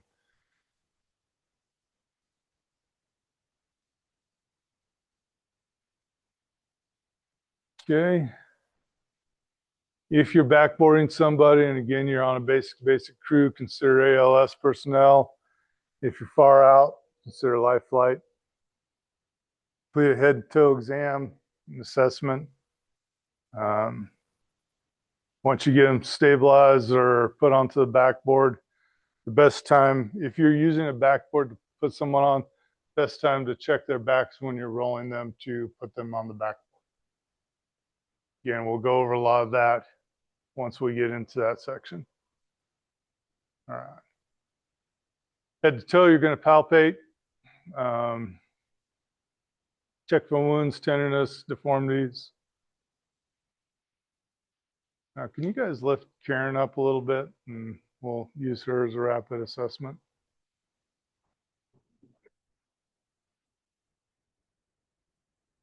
All right. Consider hidden injuries, seatbelt injuries. They say they're wearing a seatbelt, find out where they were in the car. All you usually have to do is just pull down their shirt a little bit and you'll see a nice abrasion on their collarbone. You gotta squeeze the handles. Squeeze the handle. Probably gonna have to set it down.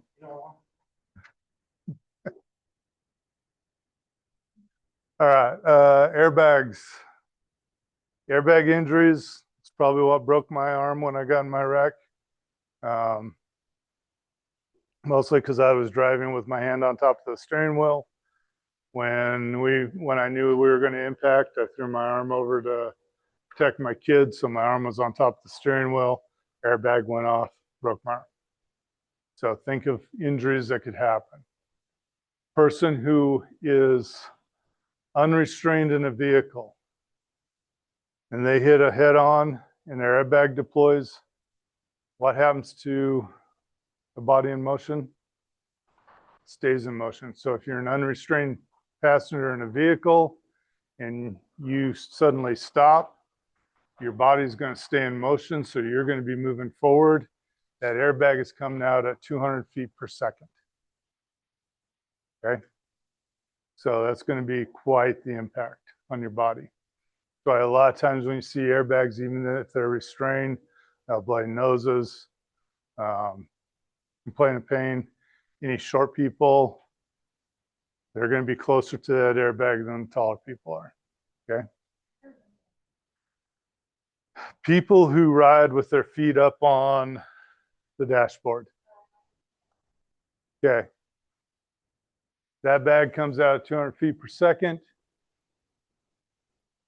Do you have time to lower your feet off the dashboard? Okay. These people, you're going to see open pelvic fractures. You're going to see some nasty injuries on these people. Dislocated hips, possibly facial injuries from their knees making impact with their face. So they basically get folded in half by the airbag. So steering wheel injuries, again, we don't see as much of the steering wheel injuries as we used to. Back in the day, they thought it was a great idea back in the 60s and the 70s to make it so that the steering wheel would break away and people wouldn't hit the steering wheel. Well, the problem was the steering wheels would break away and what's left? Steering column. So they'd get actually worse injuries. So they went away from that.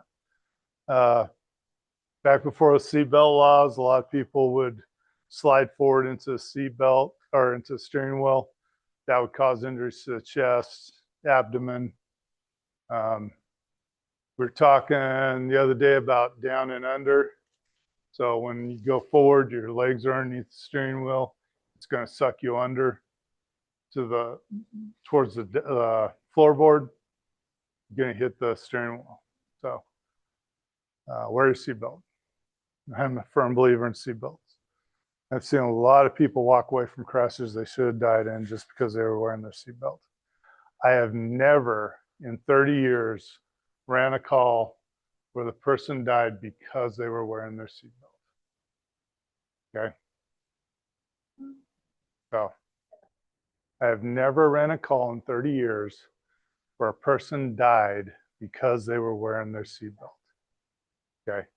Now, there are people who have been killed in the crash because the crash was so violent that they died and they were wearing their seatbelt.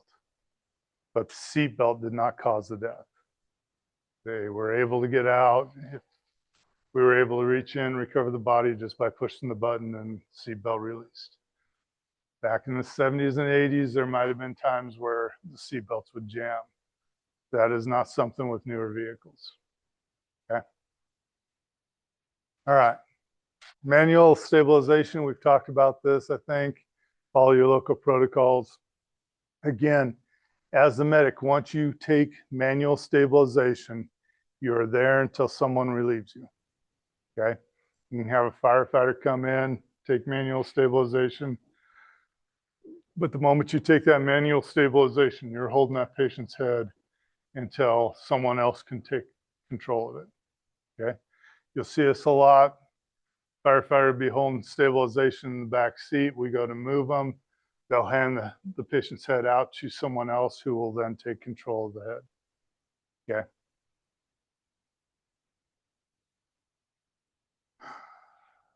Again, call for ALS, consider ALS as soon as possible. Again, even if you have to get them coming to you and you can turn them around, you can always turn them around. You don't need them. I would rather us get told that we have multiple vehicle crash up on 59 that's 35 miles out and have primary and secondary go and primary get on scene and turn us around. Okay. It's better than that than to wait for them to get on scene and then call us 35 miles out. Because now we got to respond from our houses to there, or Glen Rock has to respond from the bridge to there.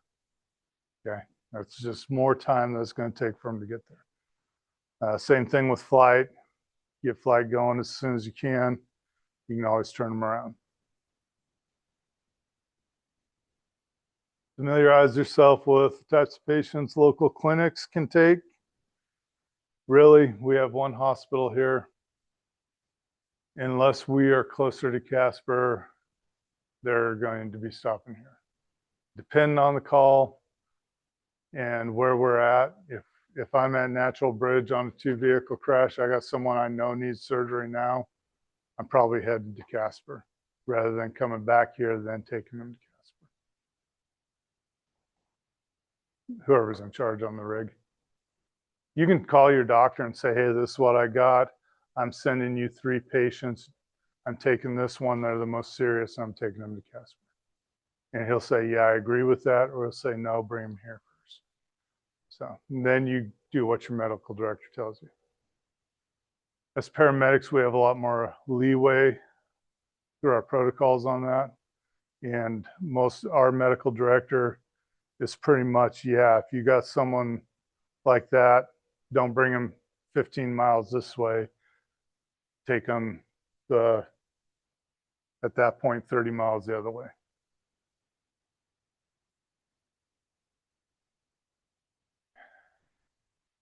Rapid trauma assessment requires only a few moments. Like I said, rapid trauma assessment should take you less than 30 seconds. Okay. Can provide, should be performed at the scene, but can be provided or done en route, depending on the seriousness of your injuries. Most rapid trauma assessments, like I said, takes less than 30 seconds. I'm doing it on scene. Okay. Then we'll load them. If I find anything there, then I'm like, yeah, we'll do everything else in the back of the rig. We're doing it in the back of the truck.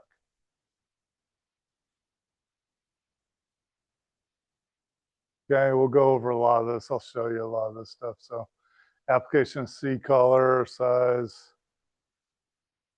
So once you get to the neck, once you've checked the neck, go ahead and put the C collar on at that point. That gives the person who's holding C-spine a little more control of the neck area. Just limits their movement a little bit. Chest, you're looking for paradoxal chest movement. That means when the person breathes in, the section of the chest sinks. No, breathes in. Yeah, because as the chest expands, that section sinks. That means you've got 2 or more ribs fractured in 2 places or more. So it's what we call a flailed chest. And as you breathe out, the chest is going to close in and that spot's going to come out. So it's going to have an opposite movement of what the chest should have. Okay? Crepitus, that's the sound of bones rubbing against each other. You feel that in the pelvis, you feel it in the chest. Listen for breath sounds at that point. Really during the rapid, you could listen for breath sounds. Rib cage, checking to make sure it's good. You're going to expose the chest. I mean, you're going to cut the clothes off, open the shirt, check and look at the chest. Is it bruised? Are you noticing any redness? Is there a rib sticking out of it? Stuff like that.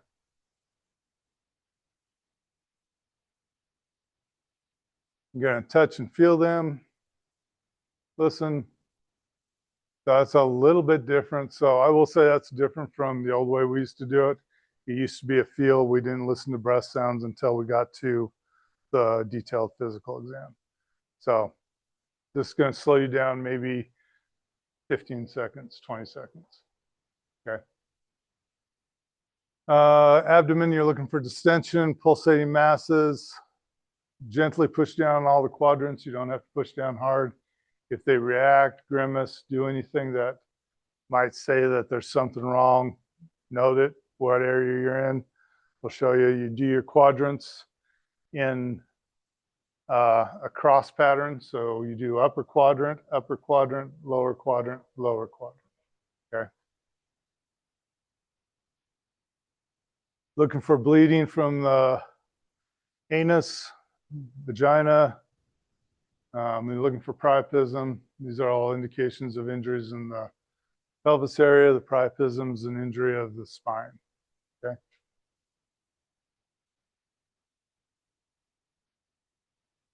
All right. Rapid assessment of injuries. You're just going to go down. You're going to do what's called offset pressure. So high, low, push, feel for instability.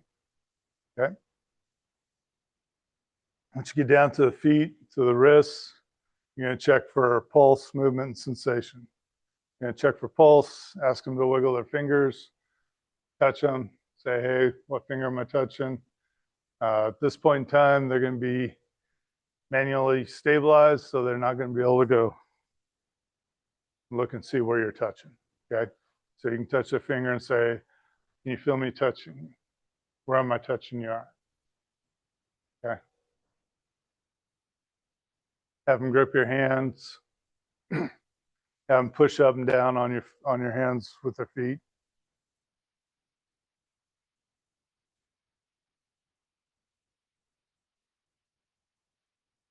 Okay.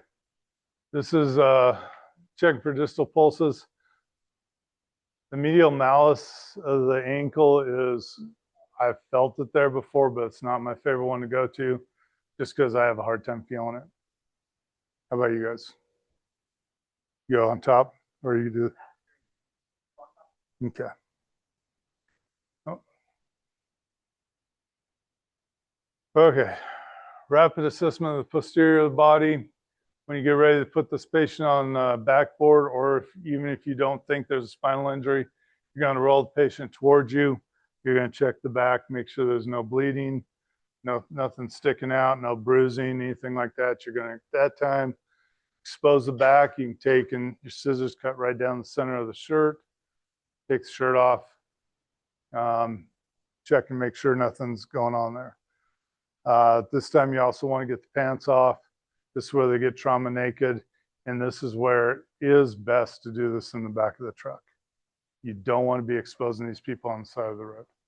Okay. Shivari obtained your baseline vital signs, but go ahead and do that if you haven't already. Use pulse oximeter if applicable.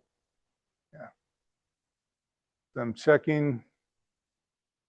How many more slides we got? All right.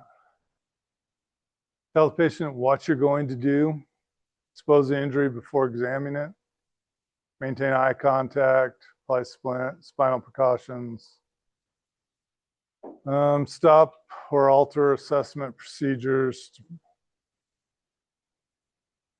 Process to provide care. So if you find something during your rapid exam and it's life-threatening, fix it. Okay? If it's not life-threatening, get done with your physical exam, then fix it. Okay? Pediatrics exam, again, they're starting with the head. Do not apply pressure to fontanelles if they're really young. So in other words, when you're palpating the head, don't be pushing down on top of their head. Any collisions can produce head injuries. They got big old melons that are going to flop around a little bit easier. Nose and ears. Yeah. Change a little bit. Nose and ears, look for bleeding or fluid coming from the ears or the nose. If you see any clear fluid coming from the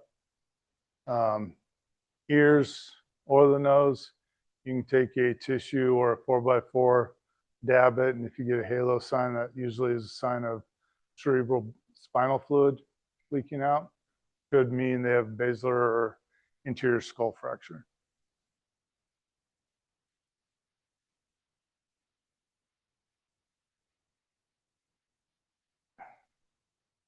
You're looking for mucus or blood clots in the nose. That can be sucked back in and cause respiratory issues. Neck, proportionally larger heads, increased chance of spinal cord injury. Heads flop forward, could cause injuries to the spine. Airway, keep them in a neutral position.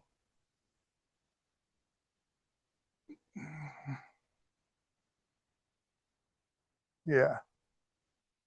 So sniffing position.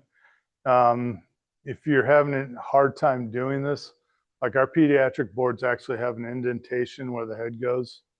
That allows the head to go back just a little bit more into that natural sniffing position. If you have issues with that, you can take and fold a towel up and put it underneath their shoulder blades. That'll kind of help keep it back a little bit further.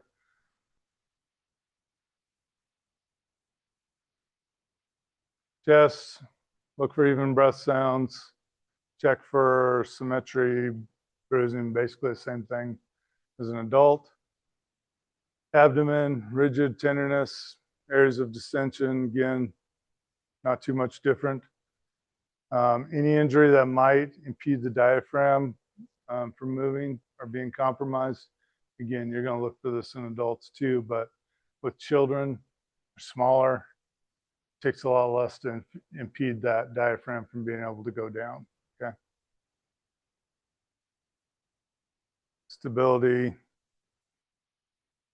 In this case, you're going to check cap refill. You can just go down, press on the fingertip, fills within 2 seconds. It's normal.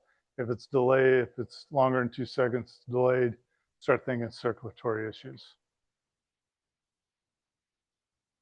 Okay.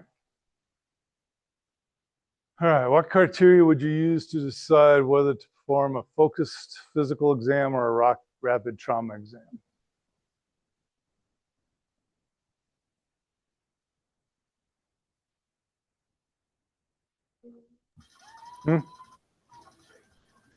Yeah, so type of injury.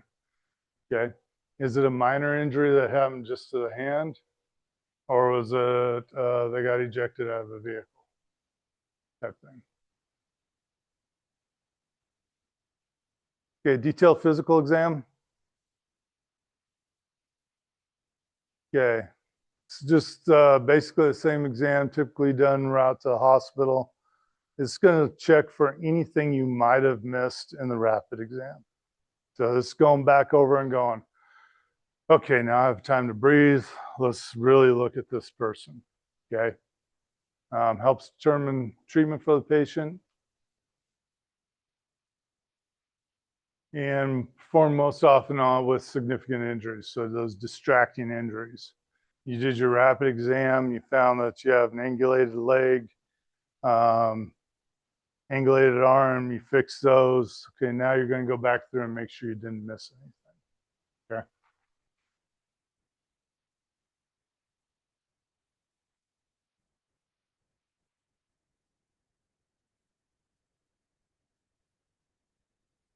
Okay, that's basically what I just said. So looking for any signs or symptoms that might have been missed on the rapid.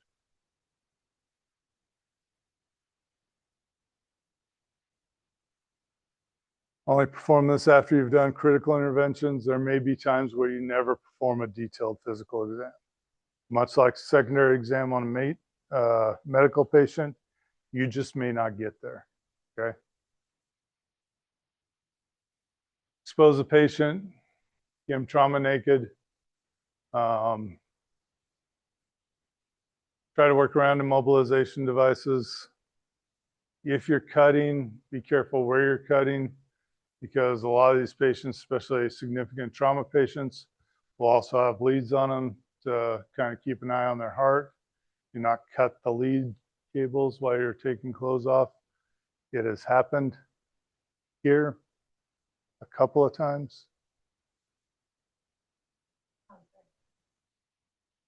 And again, this is basically you're doing the same thing as you did in your rapid, but now it's a little more focused on making sure you didn't miss anything.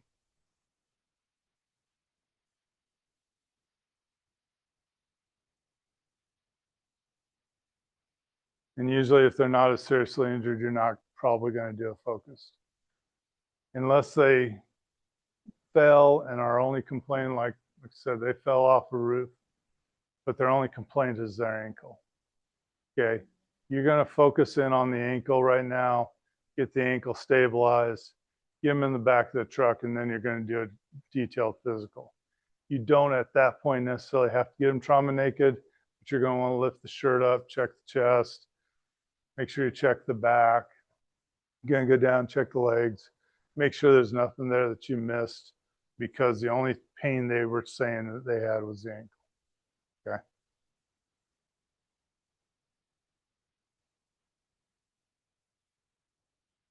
Well, how'd they get injured? They got an injury, so it's a trauma. If I stub my toe, that's a trauma. It's not a major trauma, but it is a trauma. You know, I'm going to think it's a major trauma when it happens.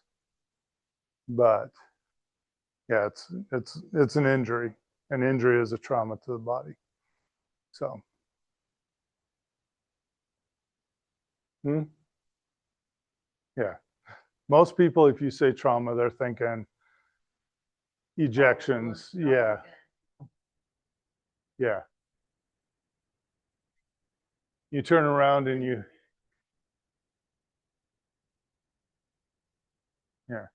open the cabinet door and you turn around too fast and hit your head on the door. That's trauma. Okay. It's not a life-threatening trauma, but it's still a trauma. Okay. Could be, yeah. All right. So think about it. Is it necessary to always complete a detailed assessment on a trauma patient with no significant mechanism of injury? Yeah, we just talked about that. No, it's not necessarily. You're going to look at what happened, take that all into account. Guy falls skateboarding, you put his arm out and breaks his arm. Okay. The only impact he had with the ground was his arm. Probably don't need to do a detailed physical exam. Okay.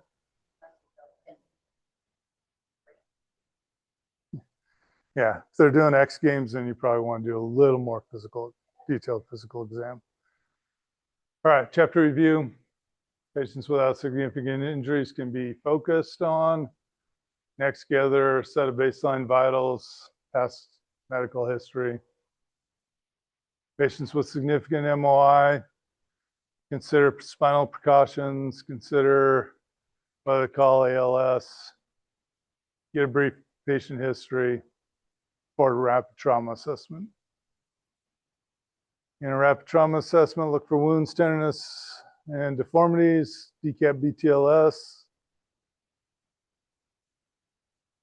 Yeah. Make sure there wasn't anything major on that last one. Assessing neck, it may be appropriate to apply cervical collar, follow your local protocols.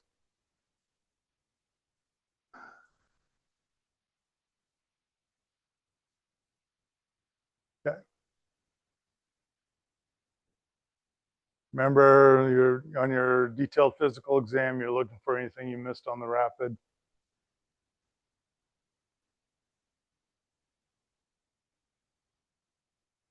You're definitely going to do a detailed physical exam on unresponsive or someone who has an altered mental status.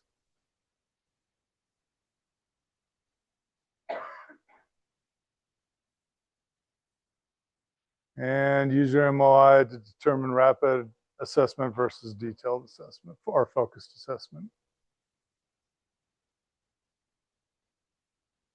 All right. Okay, we're going to show you the rapid trauma assessment real quick on Karen over here. If you guys want to gather around.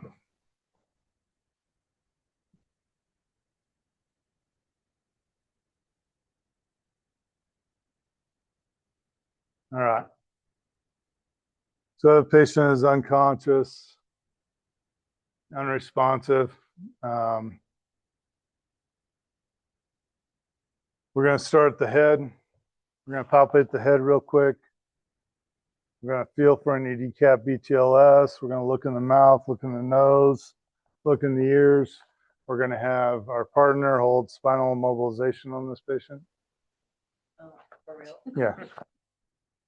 Okay. You already checked for blood? So I'm going to check the neck. We're going to feel for any deformities, step-offs, or anything like that on the spine. We're going to look for tracheal deviation. That means trachea's moved over to one side or the other. You're moving it. I know. That could indicate they're having issues with tension pneumo, and that tension pneumo is already pushing stuff over. And if it's that quick, that is life-threatening. So you want to make sure you get that stuff taken care of. Get ALS coming so they can do a dart on them. You're going to check the shoulders. You're going to check down. You're going to check for stability on the chest. You're going to listen for breath sounds. Those will be on the vital signs, I think. They'll show you where to place it. If they're on their back, you listen top, top, bottom, bottom. You always go in that order. Doesn't matter what side you start on, but you want to go right to left, left to right, right to left, left to right. However, why do you think we do that? If they got air moving here, and I hear air moving here, I'm not going to catch it until after I get back over here. So air moving here, air moving here, air moving here, air moving here. So that's what I want to hear. Once you get down there, you're going to get down to the abdomen. You're going to palpate the abdomen. And again, it doesn't matter if you start across the body or this way. Most people go closest, furthest, closest, furthest. What you're feeling for is tenderness, rigidity, anything like that. You're not pushing like real hard, just hard enough that you can feel if there's a change in the pressure of the abdomen. The other thing is if you're feeling it and you feel something pulse underneath your fingers, you're going to not push real hard on that. Like I said, that could be an aneurysm or a tear in the descending aorta. Okay. When you get to the hips, you're going to push down and in slightly. Again, it's not a squeeze them. It's just a in and or down and in. And what you're feeling for is instability of that pelvic wall. You get down to the legs, you're going to have your hands offset. Slight pressure to feel if there's any movement. Slight pressure to feel if there's any movement. Again, you're going to go down, check the legs first. If you follow the big toe up and feel that bone there, there's usually a pulse in there someplace. The other place you can check for a pulse is on the medial malleolus, which is right here. You just feel right behind it. Push in slightly and towards the bone. You should be able to feel a pulse there too. I usually like here because I'll feel a pulse there, take my pin out and mark where that pulse is. Do the same thing on the opposite foot. Once I find the pulse, mark it. And that way, when you get them into the hospital, they'll see that X there and they'll feel there and they should be able to feel the pulse right where you did. I'm going to rub the bottom of the foot, see if they react to it. Do both sides. If they're conscious, push down on your feet, pull up on your feet. Once you're done with the legs, you're going to come up to the arms, same thing, alternating. Check for a pulse, radial pulse. Squeeze my hand. Can you tell me what finger I'm touching?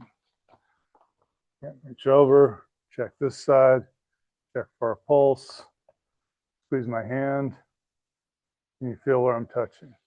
What I like to do is I usually don't have them squeeze my hand until I can get both hands in mine, squeeze.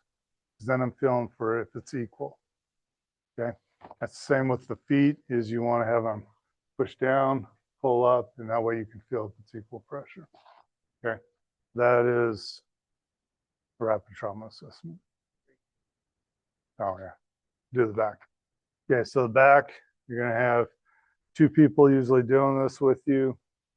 She is in control of the head, therefore she counts. You'll have one person, what I do is I grab underneath the shoulder, grab underneath the hip. I'll have someone else grab the knee and grab up underneath the, right along the kidney area, the flank area.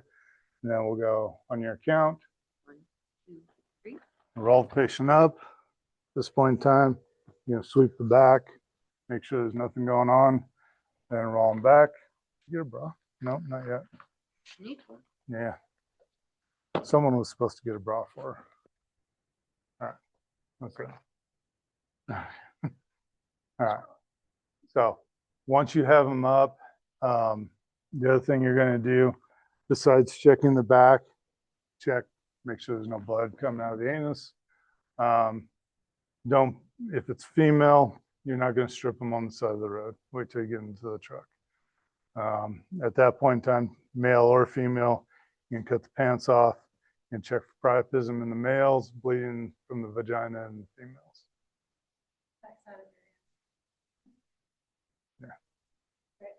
Yeah, or females. So, your, wow.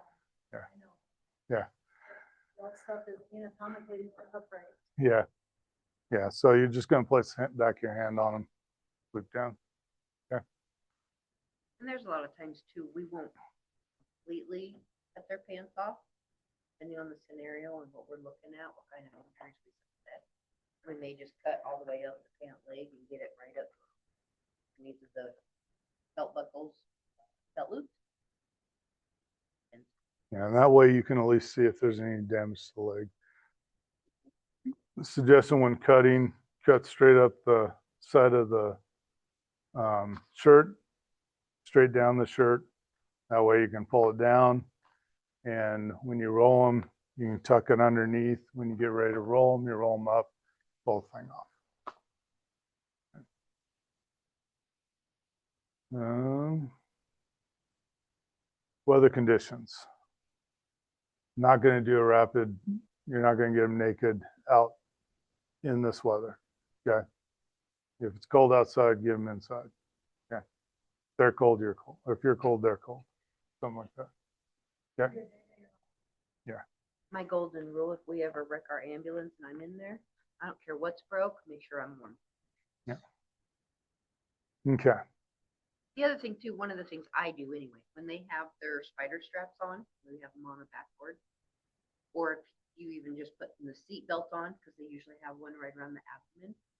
So I will double check after it's secured, see how much room do you have in there, how tight is it, and then you have something to compare it to later. So if they're bleeding internally and they're starting to swell, you're going to feel that difference, and then that just gives you a heads up that it's something you can't see swelling. It's already swollen, right? I wasn't going to use myself. So it's just easier if you have, this is something you can compare. When you're looking inside the mouth, you're looking for damaged teeth, which could cause obstructions to the airway. Dentures, if they have dentures, try and remove them. Yeah. Checking for pupils.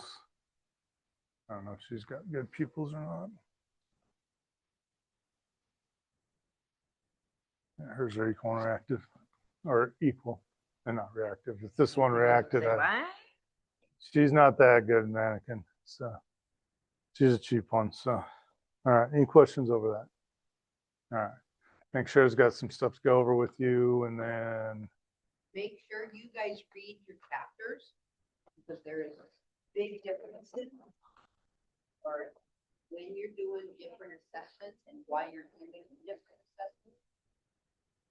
Primary or rapid and secondary. Make sure. if you want to. Your test questions would be like, some point, I think,